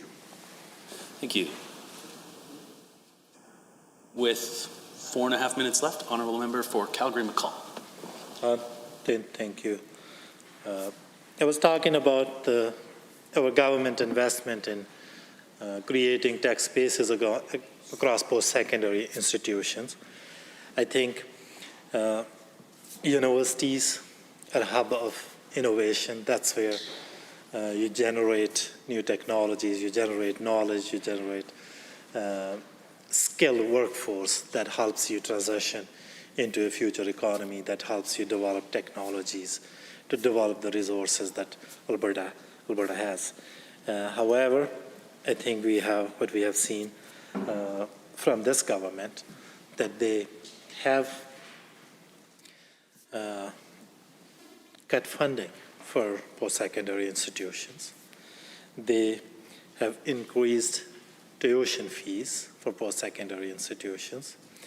And we have heard, like in last year or so, that post-secondary institutions across this province are laying off teachers, laying off their staff. If we are serious about setting Alberta up for a future economy, I think we should be focusing our efforts on supporting universities, post-secondary institutions, which will generate that knowledge, which will generate that technology, which will generate that skilled workforce that is needed and necessary for a future economy that is based on technological advancements and that is able to compete with the global developments. But we have seen this government cutting from post-secondary budgets and laying off staffs there. Then we had Alberta Innovates. When we were in government, we were supporting the efforts of industry and Alberta Innovates work that was leading to diversifying our economy, that was helping Alberta position as a world leader when it comes to renewables, when it comes to technological developments. But what we have seen there as well, that this government has reduced funding for those kind of efforts. And in terms of this geothermal bill, I think at this point, it remains just an announcement because we don't know how ownership issues will be dealt with. We do not know what kind of technological support government is willing to provide. We do not know what kind of financial resources government is willing to invest in. We do not know how issue of remediation will work, whether wells will be able to transfer to geothermal wells without dealing with the liability that exists out there. So these are quite fundamental questions that need to be answered. And if government wants to be taken seriously in their efforts towards renewables and diversification, I think government need to then show that they are serious. They need to invest in universities, they need to invest and work with innovators, they need to invest in Alberta Innovates, and they need to put money where their mouth is. Otherwise, I think it's not clear from this that how this framework will help us attract investment and set up this new renewable industry here in Alberta. With that, I think we look forward to hearing from the government benches about these questions, in particular about the ownership issue and what kind of support government will provide, technological support and financial support, and how they will deal with the liability, remediation, liability, and those issues. Thank you, Mr. Chair. Thank you, Honourable Member. Are there any Honourable Members looking to join debate on second reading? I see the Honourable Member for Calgary-Glenmore. Thanks, Mr. Speaker. You know, throughout this debate, the debates that happen every day in this House, especially recently, the members opposite are constantly talking about their plan to diversify the economy. Well, it's a plan that they largely used when they were in government, and I can tell you that it did nothing except impose job-killing taxes on job creators, it was curbing growth, and it permanently shut down a whole lot of businesses. And they were actually stymieing innovation, and they took away tools entrepreneurs needed during an economic recession. And so suffice it to say that the NDP was pretty oblivious to economic reality then, and I think they continue to be now. However, I don't think they really support business, and I'm not entirely sure they're supporting Bill 36 today. I know they don't support business. In fact, they keep wanting to boycott some of them. So, however, unlike our predecessors, Mr. Speaker, this Alberta government has a plan to build, diversify, and create jobs. And it's called the Alberta Recovery Plan. And it's bold and it's ambitious and it's a long-term strategy to build, diversify, and create tens of thousands of jobs now and beyond. By diversifying our economy and attracting investment with Canada's most competitive tax environment, we're putting Alberta on a path for a generation of growth. And this legislation before us today seeks to attract new investment in geothermal energy as part of Alberta's recovery plan. And I guess I'll contrast that to what the previous government did. In fact, the member from Edmonton, Rutherford, was talking about it with their tax credit from their time in government, where we found that they had an overly prescriptive plan where they would go out and seek investors who had to fill out, get this, you had to fill out a form and qualify to be an investor. And then all the people that were looking for investment also had to fill out forms to qualify to receive investment, and then they tried to do a little matchmaking service. Well, I got to tell you, all that did, I guess it might have created some economic growth in a cottage industry of form filler routers and I guess bureaucrats to look at all the forms. So I think I'll take our plan here, which is to create this bill here in Bill 36 is creating the framework, the legislative enablement, so that the geothermal industry can now get underway. And it's going to enable a whole bunch of work to put together a regulatory framework that's streamlined and efficient, and that will enable investors to see that we have a solid plan here in Alberta, and that these folks involved in geothermal have a solid footing here in this province that nobody has to guess about, and that will attract investment into a new industry that will help us reduce our carbon footprint here in Alberta, and it will also provide a lot of good paying jobs, particularly for those who are now in our drilling industry and our energy industry. And so I'm excited to support this bill. As As we know, renewable energy in the form of geothermal is natural heat that originates from in the earth, and it's used for heating and cooling, and it can also generate electricity. And currently what we're doing with geothermal is we're assessing everything project by project. But there's increased interest now, and we've made it possible for some pilot projects to get going, including Everlight, which is a demonstration project near Rocky Mountain House. Razor Energy is doing oil geothermal co-production near Swan Hills, and Alberta No. 1 is exploring geothermal potential near Grand Prairie. And we're making sure that we've got an enabling piece of legislation here, as I said, to create a regulatory framework. But I would say that I'm a little concerned with, and I understand it's important in a debate to ask questions when you're not clear on things, but I'm a little concerned about some of the comments from Edmonton, member from Edmonton Rutherford, where he talks about what I really consider to be pretty over-prescriptive measures. And I understand that this is early on in this industry, but I get a little concerned when we're talking about really, really prescriptive legislation, such that you can stifle an industry altogether. I think we've seen throughout history that when we stifle industry with over-regulation, we just drive investment away. And I would argue, I'm not sure which member brought it up, but when they were talking about tech leaving, the reason tech left was because of uncertainty around regulatory burden. They took one look at what was going on with the federal government and said, that's it, we're out. So we need to understand that uncertainty really does create problems for investment. And I think we have a chance here with a clean slate to create a great regulatory framework. But I really am concerned about becoming too prescriptive in this legislation.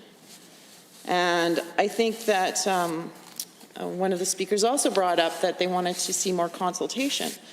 Well, I think consultation is great. It really is. We do a heck of a lot of it. And we seem to get actually criticized for it, it seems, from the other side pretty often, if I'm not incorrect. But, and they keep talking about their economic plan and how they're going to consult on it. Well, I'd say that we consulted pretty broadly already. It was called a general election. I think we consulted with several million people, and yeah, I think we got the answer that we were looking for. And geothermal is a perfect example of how we're bringing that plan to life here in Alberta by diversifying our economy, creating economic growth. That's what we promised. We're doing that now in the middle of a pandemic and after one of the worst crises we've ever seen economically with the oil crash. And I think that we all know that this recovery plan that we're proposing proposes great hope for Albertans. And that's what people need right now, is hope.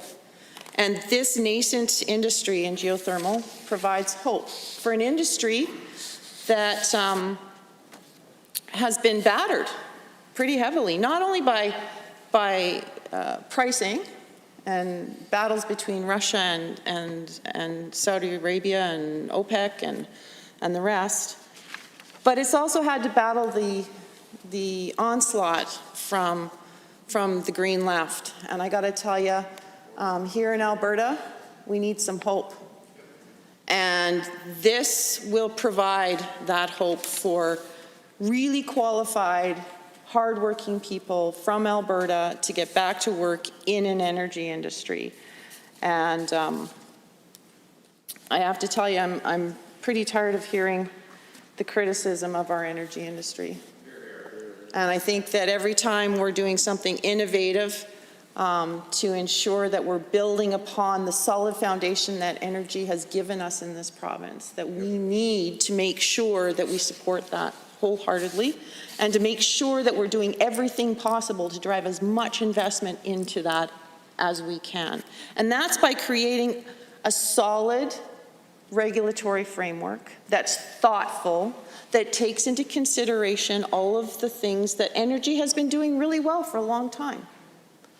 that takes into consideration our environment and environmental responsibility. Again, something our energy industry has done very well, better than any other energy industry in the world, and it's time we took some credit for that. Our energy industry has really done a good job on ensuring that we respect the environment. At any rate, the other thing about geothermal that I think is important to remember is that this is a great opportunity for our Indigenous communities and for our rural communities. This is something that will be happening in places where economic growth can be difficult at times. And I think it creates opportunities for Indigenous participation in real meaningful ways. Another thing that our government has taken on over the last while. Meaningful participation in our economy. Partners in prosperity.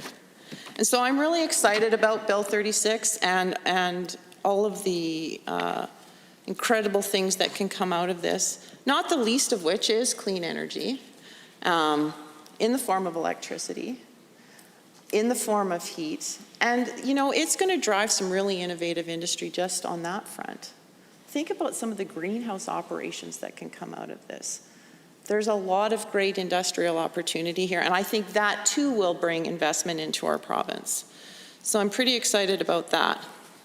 I'm a little concerned with some of the other comments that were coming from the other side, where obviously there's, you know, some things in the regulations that are going to have to be dealt with. They were speaking about abandonment and remediation, and that's important, absolutely, and the regulatory framework, I'm sure, will deal with that in a streamlined and efficient way. But I noted, as those comments were being made, that, again, they did not miss a chance to take another shot at our energy industry. And that's got to stop. That's got to stop. You can't say on one day that you support it, and on the very next moment, the words out of your mouth are just taking another shot at the industry. That's got to stop. And so I know on this side that we do support our energy industry. We support solid environmental regulations. We support streamlined, efficient frameworks that attract investment. We support our rural and Indigenous communities to make sure that they have opportunity.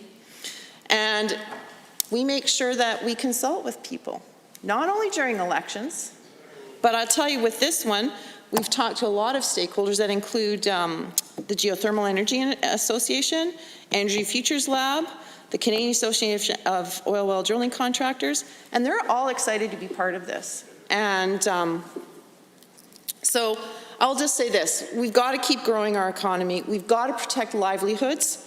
We've got to generate prosperity for generations to come. And this bill will accomplish that. I'm absolutely confident of it, and I'm really proud to support it. And I think it's our duty and commitment to Albertans to make sure that we pass this bill, get the regulations set up, and set the foundation for a really strong geothermal industry here in Alberta. Thank you, Mr. Speaker. 292A is available, and I believe I see the honourable member for Drayton Valley, Devon has risen.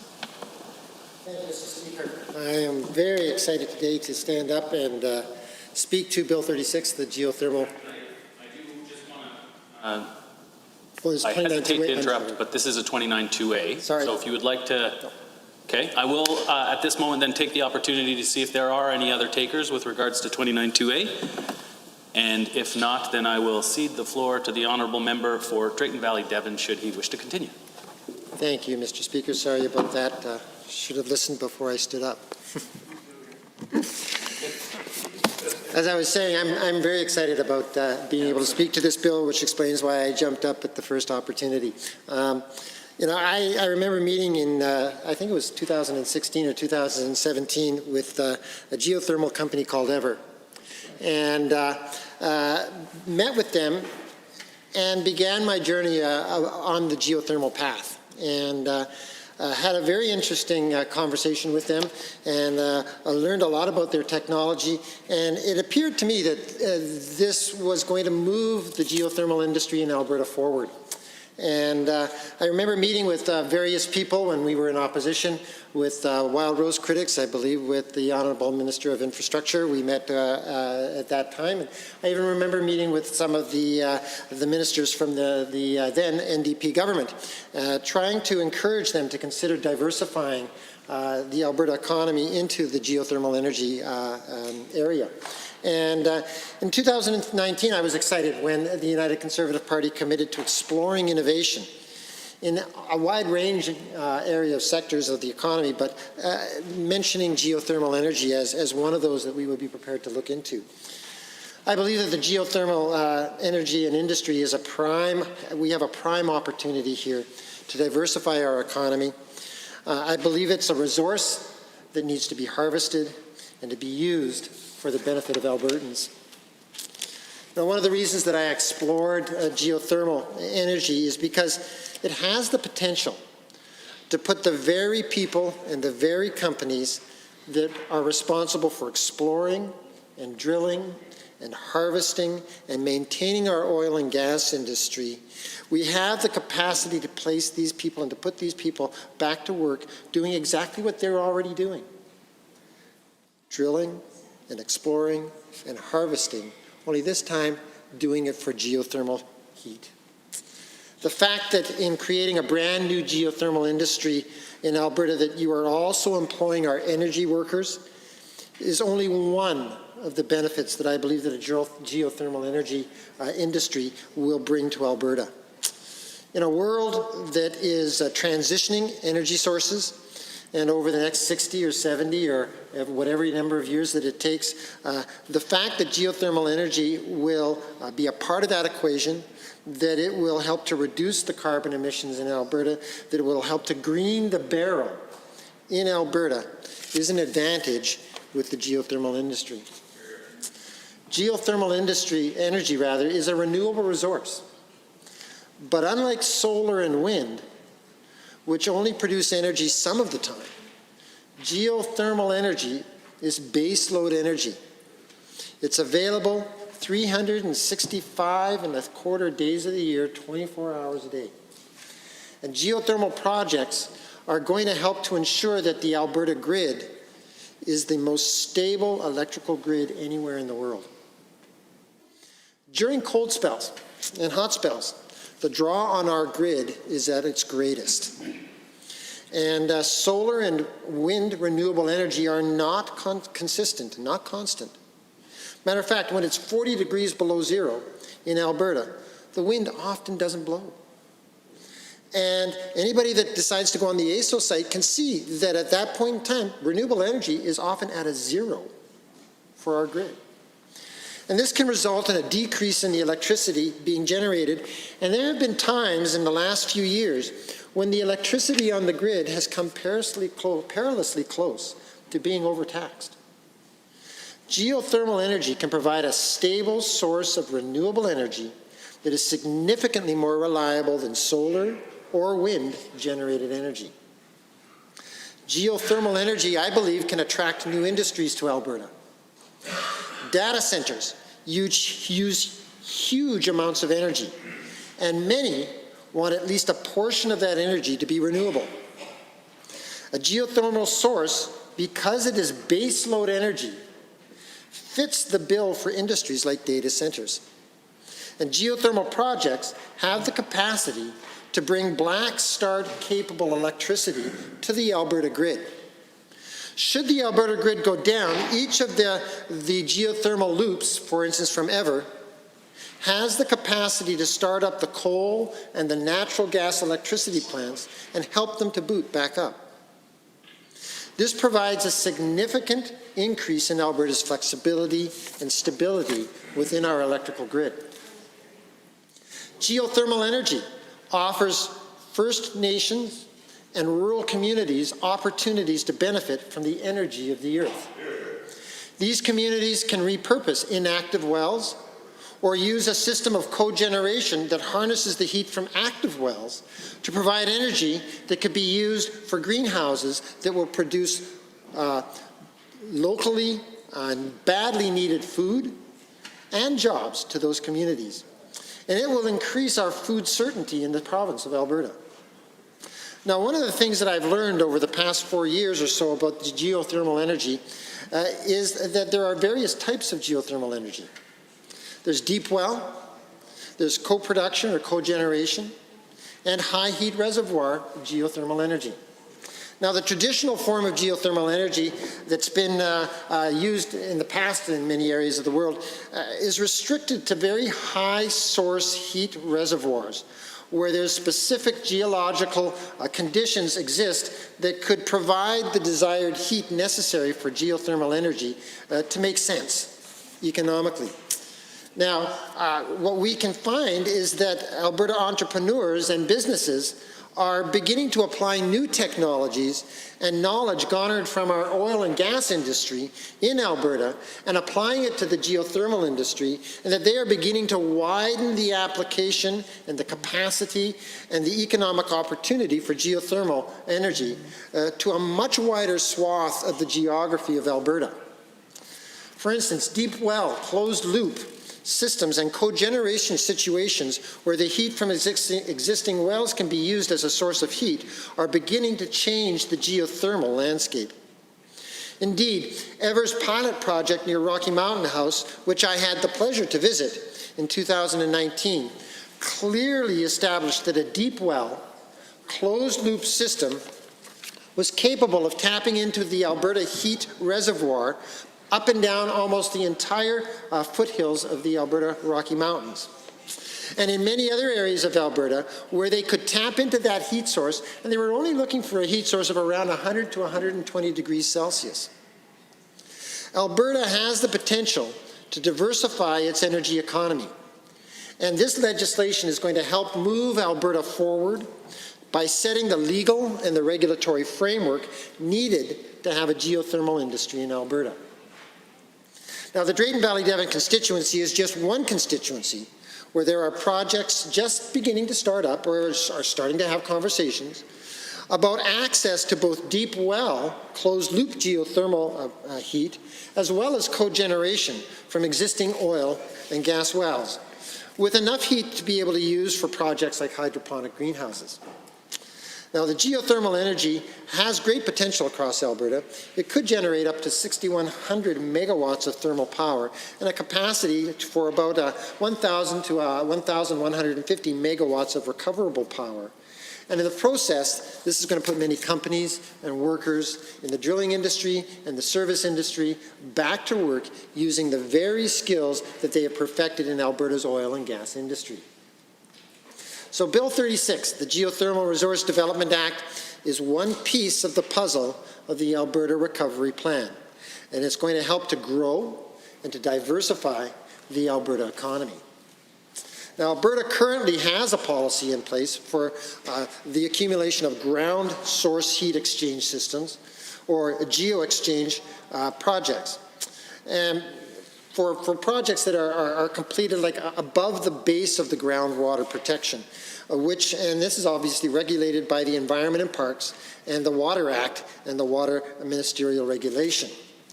What we're talking about is an act here that is going to go beyond that. Alberta's much deeper. Alberta's current policy and legislative framework does not specifically address or regulate geothermal resource development below the base of groundwater protection, and Bill 36 is going to rectify this situation. Bill 36 will provide regulatory certainty in the geothermal industry, which will lead to investment and to jobs and a stronger, more diversified Alberta economy. As in any new industry, there's going to be bumps along the way, but companies like Terrapin and Ever and Razor, among many others, are moving forward rapidly to take advantage of Alberta's geothermal opportunity. But in order for them to move forward, legislation like Bill 36 needs to be passed. For instance, what is heat? Is it a mineral? How can it be assessed? Surface and downhole rights need to be clearly spelled out. Clarity on issues like this allow geothermal companies to have the legal foundation necessary to seek out capital investment, to talk to banks, so that where geothermal energy makes economic sense, they can move forward providing jobs for Albertans. Bill 36 provides the opportunity to put drillers back to work on new projects drilling for heat and electricity. And we will have the legal framework to begin repurposing abandoned and inactive wells for a new life in producing geothermal energy. This legislation will set the foundation for companies to begin the process of putting drillers and service workers back to work, doing what we do better and more environmentally responsibly than any country in the world. We produce energy in this province, and we do it better than anywhere else in the world. Obviously, Bill 36 is going to propose the creation not only of this enactment, but a number of consequential amendments to other pieces of legislation. This is a technical document. This is a creation of a brand new industry. So the Mines and Minerals Act, the Responsible Energy Development Act, the Oil and Gas Conservation Act, the Pipeline Act, Environmental Protection and Enhancement Act, all are going to need to be amended to make room for this industry in this province of Alberta. The Alberta Energy Regulator will regulate the deep well geothermal projects, while Environment and Parks will continue to regulate ground source heat and exchange systems. Bill 36 will allow for the monetizing of geothermal heat, both through direct ways like tenures, fees, and royalties, to indirect, other indirect economic benefits. So, Bill 36 is bringing a whole pile to the table here, but at the end of the day, it's also going to enable Albertans to be able to compete with other jurisdictions, not only in Canada, like Saskatchewan and BC, but around the world, who already have these regulations in place.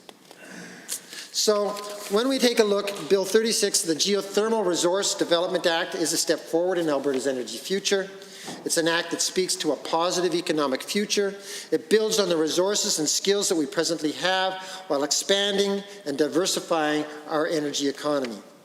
This is a new and an exciting opportunity for Alberta, and I congratulate the Minister of Energy on her vision for Alberta energy in Bill 36. It is this kind of leadership that will continue to move Alberta forward as the world's premier energy economy. Thank you, Honourable Member. 29-2A is available, and the individual who caught my eye for jumping up so quick was the Honourable Member for Lac St. Anne Parkland. Thank you, Mr. Speaker. And I am extremely happy to be able to speak on this and do a 29-2A for my colleague from the Run-Fro riding of Drayton Valley, Devon, which I proudly share the borders in Lac St. Anne Parkland. So, a number of years ago, as a young field engineer stuck in the middle of the territories on a diamond mine project, and some have said that the construction industry is, well, we're kind of like the French Foreign Legion, if you would, of most industries. We get people from all over around the world, different walks of life, and you get all these challenges, and stuck out in the middle of nowhere to build something. So if you want to talk about putting a team together, literally throw us 350 kilometers northeast of Yellowknife out in the tundra. So when there isn't much to do other than work, you end up working more. You go back to camp, have your sandwich, do whatever, and go back to work. Well, Marco was a gentleman in a prior life. He was a merchant marine. So this is me out of college for, well, sometimes, you know, and in all fairness, there were sometimes we did get prime rib, but it was only when a mine truck had managed to hit a caribou or something. But the whole thing up there was you get to talk to folks. And Marco, in prior life, he was a merchant marine. So when I'm talking to him about the shipping industry, he was saying, you guys in Canada are doing this all wrong. If you look at the marine industry, what you do is you look at everything that's as efficient as possible, because those ships are out in the ocean, you're scavenging heat, you're saving your water, you're doing those other things. And that was imprinted on me as a young technical person at that time. So when I'm out in the industry and I'm looking around of all of our big industrial sites that I had the pleasure of working on, pipelines and otherwise, all of a sudden we have all this extra heat, all these resources there. Roll the clock forward, and we're sitting in caucus, and I have the absolute honor to be an MLA and listen to all these innovators coming forward. They're talking about systems that they can scavenge heat from existing sites. You've got the downhole, the closed-loop systems, but scavenging it off of existing sites. And when we open up these dialogues with these individuals, they're asking for freedom of movement. They're not asking for tight regulations because they need it loosened a little bit for a new innovative technology. They need to have the ability to move, to develop it, and to grow, and have that innovation. And I believe that's what Bill 36 is doing here for us. It's given us a chance to let these folks, these innovators, to do that. And when I'm talking to some of the leading firms in that field, most of their technology is coming from Europe. So when I'm challenging them, saying, okay, it's not just the drillers we're looking at, it's not just the construction guys. What are the chances of us bringing this fabrication, I should say, and technology back here? And they say, actually, it's pretty high. If we develop enough of a market, we can put the folks in Nisku, Drayton Valley, we can put folks all over the province with our transferable skill sets from our energy sector, because pipe is pipe, pumper pumps, and all the tech that goes with it. And with that, I'd love to be able to hear more from the member from Drayton Valley Devon. Tell us about the opportunities when we open up that side of the equation, both to industry, salvaging their waste heat, which now becomes a generating revenue, and also potentials for fabrication. The honourable member for Drayton Valley Devon. Well, Mr. Speaker, how much time do I have? Because I think I could speak for about 24 hours on this. One of the things that has been really a joy as I have learned a little bit more about the geothermal industry is to see that one of the really valuable components of that Bill 36 is going to move us forward on is the actual capacity to export the knowledge and our capacity from oil and gas into a new industry and move that around the world. So I know that there are Alberta-based companies that are going to be able to take their drilling expertise, their engineering skills, their capacity for accessing geothermal heat energy, and they're actually going to be moving into companies like Holland and Germany. I know of, I think it's a $200 million project using Alberta technology from Ever that's going to be being drilled and put online in Germany to create electricity from a geothermal source. So we have an opportunity here, should we pursue and pass this legislation, to create an industry that's not only going to create jobs here in Alberta and in Western Canada, but it's going to create jobs for Albertans internationally. And we have that capacity. There is no better place in the world for doing that. We can make this work here in Alberta, where we have some of the world's lowest electricity prices in the world. We can make this work in Germany. We can make this work in the EU. We can make this work in Japan. We can make this work in India and in China, where the energy prices are significantly higher, but our drilling expertise continues to remain the best in the world. And so we have a capacity here in this province to create jobs, create wealth, create a future, and this bill is the start of that. Thank you, honourable member. Joining debate, I see the honourable member for Edmonton Decor. Well, thank you, Mr. Speaker. I appreciate the opportunity to rise for the first time here in the fall sitting of the second session of the 30th Legislature, and of course, more specifically, to add some beginning thoughts to Bill 36, the Geothermal Resource Development Act. And so while I must say I'm encouraged seeing this legislation coming forward, a bit, I guess, a little confused, because I guess what I've seen from the government before this is a little bit of a, I guess, of a lack of enthusiasm around renewable energy sources, and this being a potential one of those. Like I said, a little confused, but definitely encouraged by where this could be going. And so I've listened intently to some of the comments that we've seen thus far. I have to admit I was rather confused every time I hear some of the members opposite talking about how members here in the official opposition hate business, they chased away investment, we're cheering for Alberta to fail. As somebody who came from the labor movement, Mr. Speaker, I am highly supportive of businesses, because those can be potentially good unionized jobs with good unionized wages and good unionized benefits, which help moves business forward. So, I'm constantly astounded every time I hear some of these things.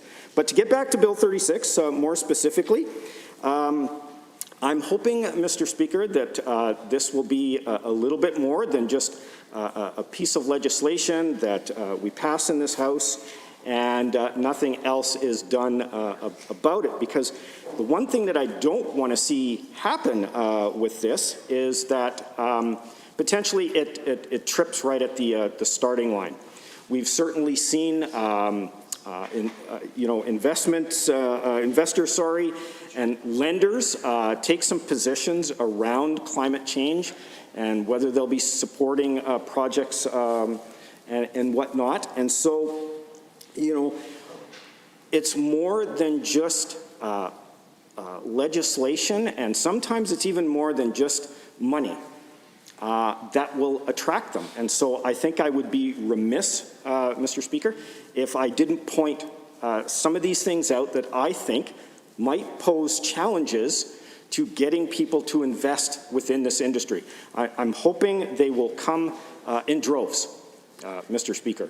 But when we do things like cut our education fundings to post-secondary, where individuals can go to learn about this industry to eventually become participants within this industry, because we know that investors will look at what kind of people they have in place. They don't want to just have to truck everybody in from everywhere else.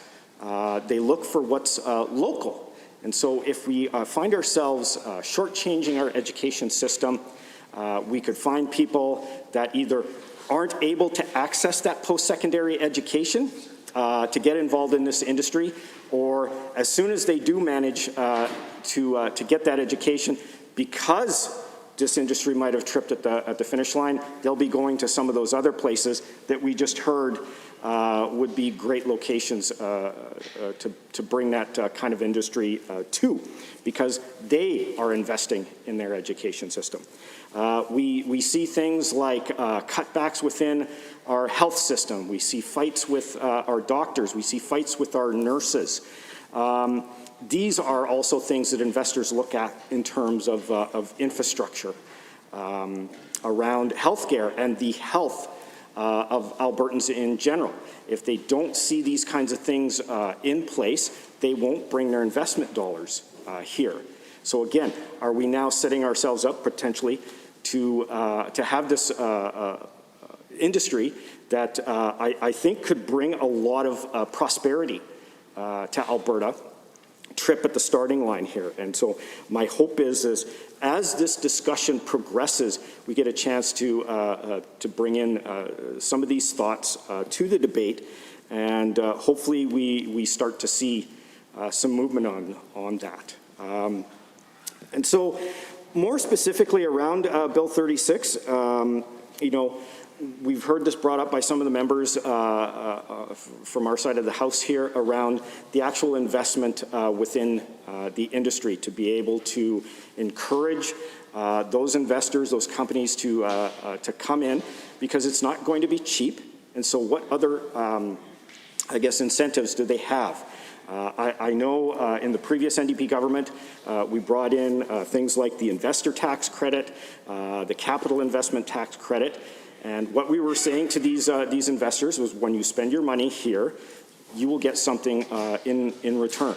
And so, kind of like the $4.7 billion corporate handout that we saw, which didn't create any jobs, which didn't create any investment. Pre-pandemic, Mr. Speaker, we saw 50,000 jobs lost. It was supposed to create jobs. We saw investment being done in other jurisdictions, not here in Alberta. And so these, I think, I'd be remiss if I didn't bring up these concerns. And I know as we proceed further into debate, probably more specifically the committee of the whole, we'll get a chance to maybe have a more fulsome discussion around these kinds of things. And so I too also had some questions around, for instance, orphan well locations. Are we going to see potential investors have to take on the liability of those locations? If they're not, will they potentially have liabilities on the back end of their investment? So I'd like to see some, maybe some discussion evolve around some of those concerns. And essentially, at the end of the day, as they always say, who are these costs going to be borne by, where we do have an orphan well that I think, as was mentioned, may still have equipment there. The land hasn't been remediated, and so who needs to take on those kinds of things? And so, again, I'm encouraged by what I'm seeing here so far. Work that had began back in 2017. With regards to geothermal activity. And, it's funny, it seems the last little while I've joked with some people, maybe we need to bring in legislation to talk about all the wind that we've seen within the province. It's been certainly very windy in Edmonton as of late. So the wind industry, the solar industry, I think are quite viable. They're doing very, very well. I think there's some opportunities in the north part of Alberta. Should we be able to maybe see some changes to encourage investment there? I think when you look at it from a business point of view, any chance you can get your thumb into those pies, I think you should take those opportunities. And so, geothermal, I think, are just one of those opportunities. So I'm glad to see that at least the government is wading into the pool, if a little bit of a one toe or two toes at a time. It's good to see, because like we said, we've seen lenders take a position environmentally. We've seen investors that have made decisions based on environmental concerns. And so, those things aren't going to go away, and we have to make sure that we're addressing those to try and attract those kinds of things. Now, I guess from a red tape perspective on this, I can't help but wonder, bringing in all kinds of new regulations and whatnot around this industry, which I'm not saying aren't needed. We're certainly going to have to look at that. But I've always had this concern that, there's been this stance by the government about how much red tape they want to reduce over the course of their mandate, the one in, one out. And so as we bring in all of this new, what could be considered red tape, are we going to find ourselves racing to try to find something else to eliminate or to cut to be able to say, well, look, we got one in and we got one out, and yet, we didn't actually look at what it was we were pulling out. So I've always got that concern when it comes to red tape, and I would encourage the government not to react too rashly. And so, hopefully, as we move forward on this, we'll get a chance to discuss this a lot more further. I suspect it will probably be in committee of the whole, and I certainly look forward to hearing some of the thoughts that the government will be able to add with regards to some of the questions that we have. And with that, Mr. Speaker, I would move to adjourn debate. Having heard the motion by the honourable member for Edmonton Decore, all those in favour, please say aye. Any opposed, please say no. That is carried. I see the Honourable Government House Leader. Well, thank you, Mr. Speaker. I move that we adjourn until Monday, October 26 at 1:30 p.m. The Honourable Government House Leader has moved that the Assembly adjourn until Monday at 1:30 p.m. Does the Assembly concur? All those in favour, please say aye. Aye. Any opposed, please say no. That is carried. The Assembly stands adjourned until Monday at 1:30.